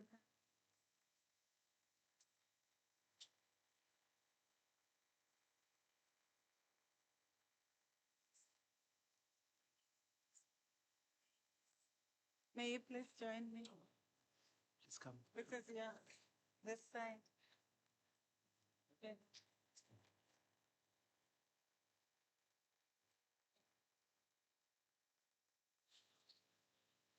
Thank you. Thank you very much. Thank you.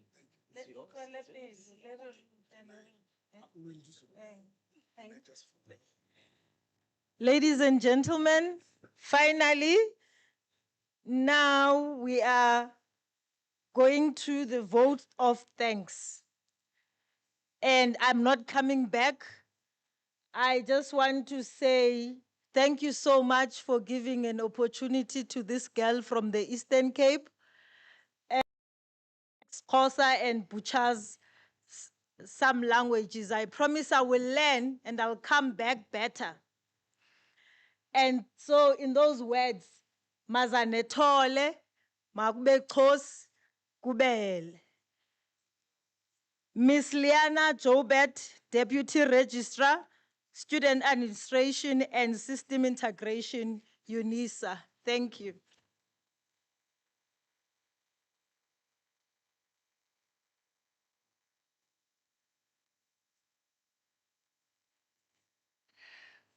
I'm looking at our Vice Chancellor, Professor Peling Linkabula, to give me a nod that I don't need to go through the whole protocol observed. Thank you so much.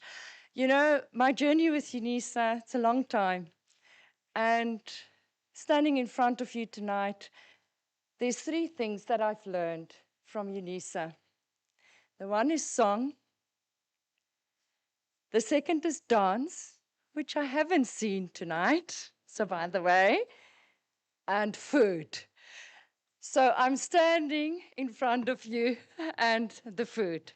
So ladies and gentlemen, I'm not going to say good evening, I'm going to say almost good morning.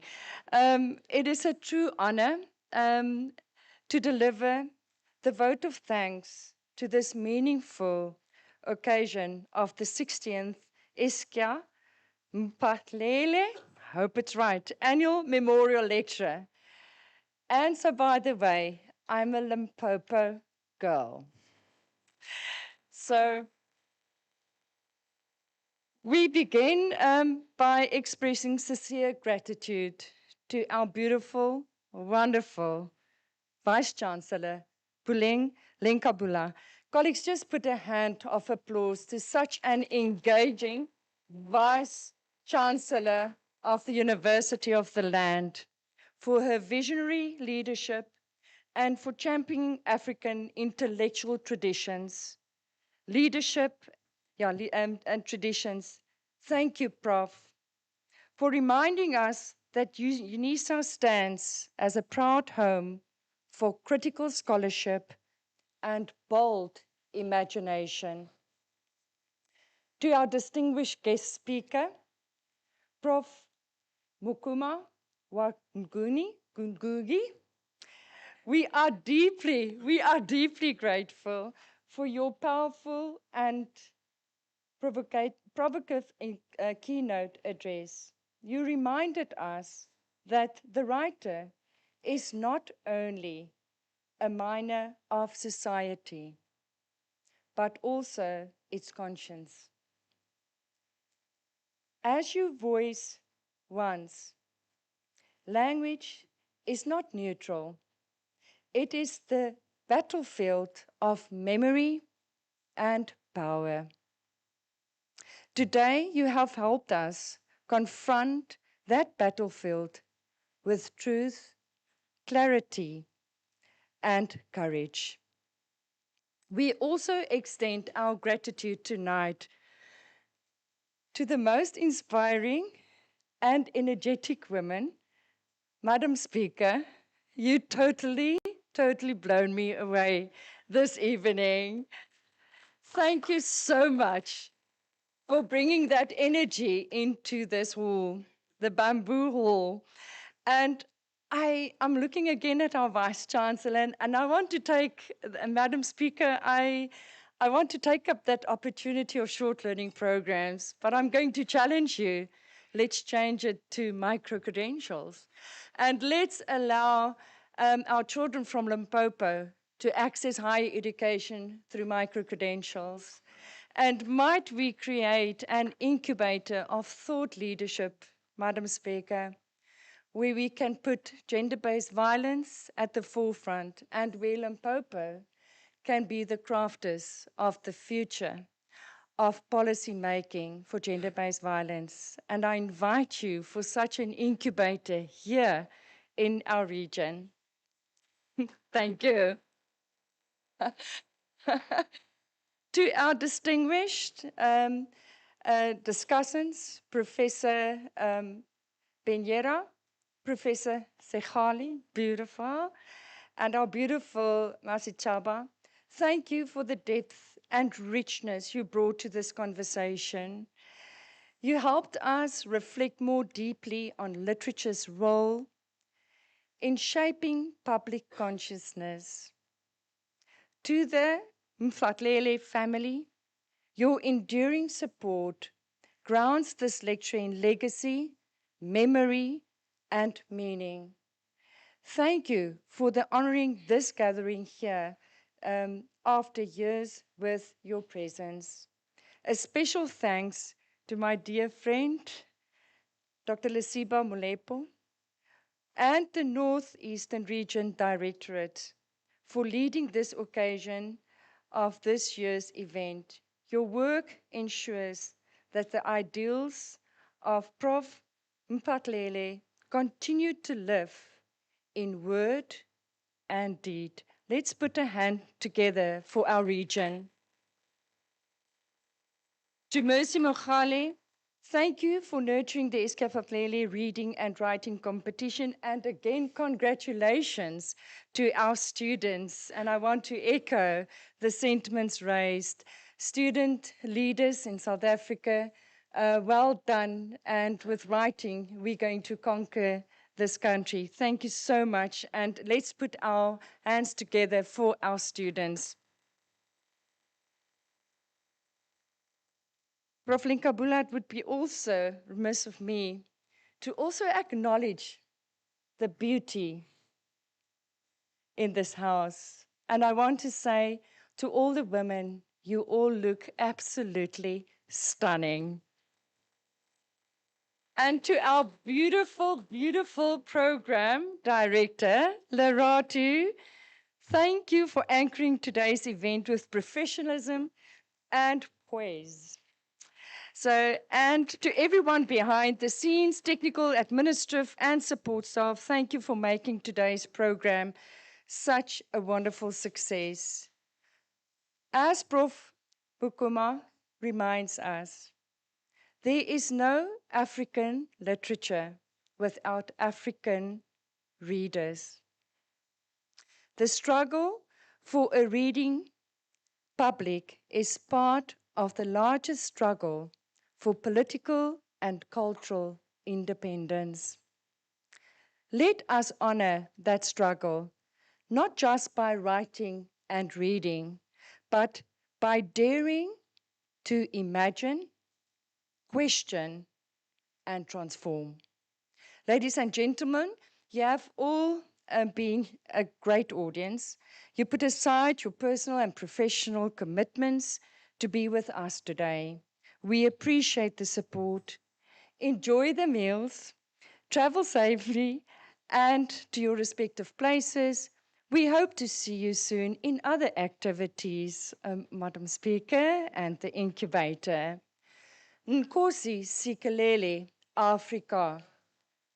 God seën Suid-Afrika. Rale Bogo. Thank you.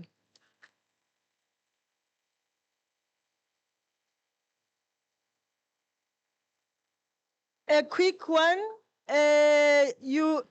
Ladies and gentlemen, you remain seated in your tables. As someone will come and escort you to dish up, so you may remain seated. Thank you.